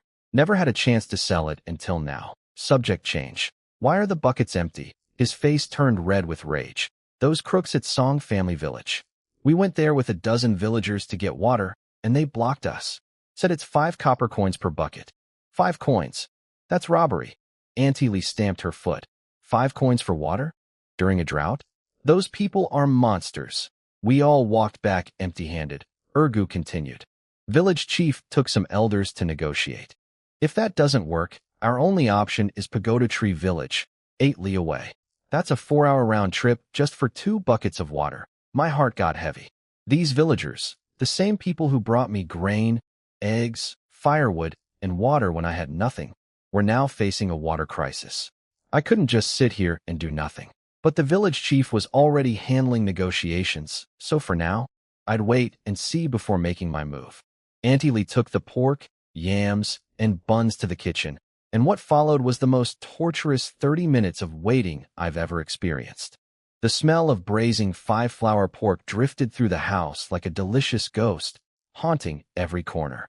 Urgu was pacing the room like a caged animal, rubbing his hands together, staring at the kitchen door with the intensity of a wolf watching a rabbit hole. If I hadn't been there, that boy would have been standing over the stove with his mouth open. Sunset painted the mountains dark red while the village sat under a cloud of worry. Then Auntie Lee's voice rang out. Dinner's ready. Urga moved so fast, he almost broke the sound barrier. He was gone, back, and holding 2 bowls before I'd even stood up. Bowl 1, braised 5-flour pork. Fat and lean pieces glistening in amber sauce, trembling slightly with each step, looking so good it should be illegal. Bowl 2, stir-fried mountain yam slices. Thin, crispy, coated in a light sheen of oil, still sizzling with tiny bubbles. I ran to grab the meat buns from the kitchen while Auntie Lee brought out the grand finale, mountain yam and egg soup. She lifted the lid and a wave of rich, creamy aroma uncoiled through the room like a dragon made of flavor. The soup was milky white with glistening oil drops floating on top, glowing warmly under the oil lamp. No speeches needed. 3 people. 6 chopsticks. Total annihilation of the dining table. 15 minutes later, Urgu and I were slumped in our chairs, rubbing our bellies with the satisfied look of 2 men who had just achieved peak happiness. Auntie Lee was cleaning up the wreckage, every plate licked clean, every drop of soup gone, while scolding us. Look at you 2, eating like you've been starved for a week. You're going to burst. She was still mid-lecture when a sound cut through the evening air that made every hair on my body stand up. Clang, clang, clang, clang. A bronze gong. Rapid, urgent, relentless. Urga shot out of his chair like a spring-loaded missile, all traces of food coma instantly gone, face dead serious. That's the emergency assembly gong. Something big just happened, so the village well dried up. Great. Fantastic. Just what we needed on top of having no food. Now we get to have no water too. It's like the universe looked at our miserable lives and said, you know what would be hilarious? The village chief called an emergency meeting in the middle of the night, and everyone showed up looking like they'd just been told their dog died. Which, honestly, would have been less of a problem because at least dead dogs don't need water. The chief dropped the news officially, and most people already knew, but a few folks heard it fresh and immediately lost their minds. One Annie started wailing about heaven cutting off our lifeline. Lady, heaven cut off our lifeline weeks ago when the food ran out. This is just heaven stomping on the corpse. Then came the real kicker. The nearest village, Song family estate, those greedy little weasels, were selling water at 5 coins per bucket. 5 coins. That's 2 whole gene of wheat bran. That's a family's daily food budget. These people saw us dying of thirst and thought, excellent business opportunity. Some guys immediately suggested we just go take their water by force. Real big talk energy. The chief shut that down fast. Song family estate has more people than us, and if we start a brawl, the government gets involved, and then we're not just thirsty, we're thirsty and in prison. Then the chief pulled out his big dramatic reveal. The mountain has animals. Animals drink water. Therefore, the mountain has water. Revolutionary logic right there. Truly groundbreaking stuff. Everyone acted like he'd just discovered gravity. He told us all to go home, sleep well, and meet at the village entrance at dawn for a group mountain expedition. Sleep well. Right. Because nothing helps you sleep like knowing you might die of dehydration tomorrow. I went home and stared at my spirit spring space like a man sitting on a pile of gold in a burning building. I have water. Magical, strength-enhancing, delicious water. But can I share it? Nope. Because the second anyone tastes it, they'll know it's not normal water. And then I'll have to explain why I've got a magical pocket dimension full of miracle juice. And then some shady person finds out, and suddenly I'm getting murdered for my inventory. Classic transmigrator problems. So I had to think of a real solution. And then it hit me. Back in my previous life, I saw this method on Douyin. You study the terrain to narrow down where water might be, then use Mugwort's water-seeking properties to pinpoint the source. Will it actually work? Absolutely no idea. I learned it from a short video between a cat compilation and someone making street food. But it's the best plan I've got. Next morning, I grabbed my bow, strapped on my machete, collected Liurgu, and headed out. The chief split everyone up. Old folks and kids search near the base. Young guys head for the mountainside. Off we went like the world's most desperate scavenger hunt. Urgu and I pushed past the mountainside where everyone else was searching, walked for half an hour until there wasn't another soul around. I climbed a big rock and surveyed the area. Flat terrain, not between any ridgelines. Basically zero chance of water here. What now, Brother Chuan? Urgu asked, gripping his machete and watching the trees like something was about to jump out and eat him. We keep going higher. His face went pale. But deeper in there's all kinds of wild animals. Isn't that dangerous? I gave him my most confident smile. That's exactly why we go deeper. Those animals need water too, way more than us. The reason there's barely any animals on the mountainside? No water. The water's further up. He nodded slowly with that classic Urgu expression. The one that says, I understood maybe 40% of that, but I trust you completely. Good enough. Let's go find some water before this whole village turns into beef jerky. While Urgu and I were deep in the mountains risking our lives, my dear former mother was busy with her own mission, Operation Destroy Wang Chuan's love life. Down at the mountain base, Zhang Shi dragged both daughters-in-law and cornered matchmaker Lu, a woman who'd been poking at dirt cracks with a stick trying to find water. Sister Lu, I need to tell you something important. The matchmaker frowned. Can't you see I'm fighting with this dirt right now? Can it wait until we find water? Zhang Shi plastered on her sweetest fake smile. No, you keep poking. I'll just talk while you work. Multitasking, the matchmaker sighed, straightened up, and took one look at the three women's faces. Fine. What's so urgent that all three of you showed up? Zhang Shi leaned in close and whispered, Sister Lu, you must never set Wang Chuan up with anyone. Ever. If you do, you'll regret it for the rest of your life. Why? Did he break the law? No. Nothing like that. It's just, Zhang Shi yanked her collar down to expose the rove beetle welts still healing on her neck. See this? He deliberately put venomous insects in our room. He tried to kill us. My husband got stung by a scorpion too. That boy is dangerous. Cui Shi jumped in with extra seasoning. And that's not all. He beat his own nephew, little Shuheng, the sweetest child you've ever seen, in public. Uncle Wu saw it. Imagine what he'd do to a wife. Ma Shi twisted her fingers nervously and mumbled, Yeah, my second brother is. Not a good person. Don't let him fool you. The matchmaker listened to the whole performance.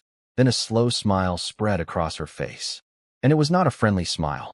So let me get this straight. You three came all the way out here to badmouth Wang Chuan. Zhang Shi backpedaled. No. We're just chatting. Just girl talk. Matchmaker Lu's smile vanished like someone blew out a candle. Zhang Shi, you picked the wrong person. Maybe you could sell this story to strangers from another village. But here, everyone knows exactly what your family is. You sucked that boy dry for 25 years, and now that he's free and making money, you're trying to sabotage his marriage prospects so he has to come crawling back. Let me tell you something. The moment we find water, I'm going straight to find Wang Chuan the best wife available. Pretty face, good figure, kind heart. The whole package. She stabbed her broken stick into the ground like planting a flag. That boy is a saint. He's up on that mountain, right now risking his neck to find water for the village. I saw him leave at dawn with Urgu. Meanwhile, your menfolk, father and son, are sitting under a tree doing nothing, not even pretending to search. You're a family of money-hungry wolves. Those venomous bugs you got. You deserved every single one. The matchmaker's tongue was sharper than a surgeon's scalpel. She sliced through all three of them without breaking a sweat. Zhang Shi, Cui Shi, and Ma Shi fled with their hands covering their faces. Once they were at a safe distance, Cui Shi muttered, "That woman's mouth is vicious." But Wang Chuan did hit Shuang. That's a fact. Ma Shi timidly asked, "Mother, what do we do now?" Zhang Shi's eyes burned with psychotic determination. "We keep going. I refuse to believe that the three of us can't bring down one person. Shape up, you useless girl. Looking at your pathetic face gives me a headache." And off she marched toward another group of women, dragging her daughters-in-law behind her like a general leading troops into battle. The smear campaign continued. Meanwhile, the real work was happening on the mountain.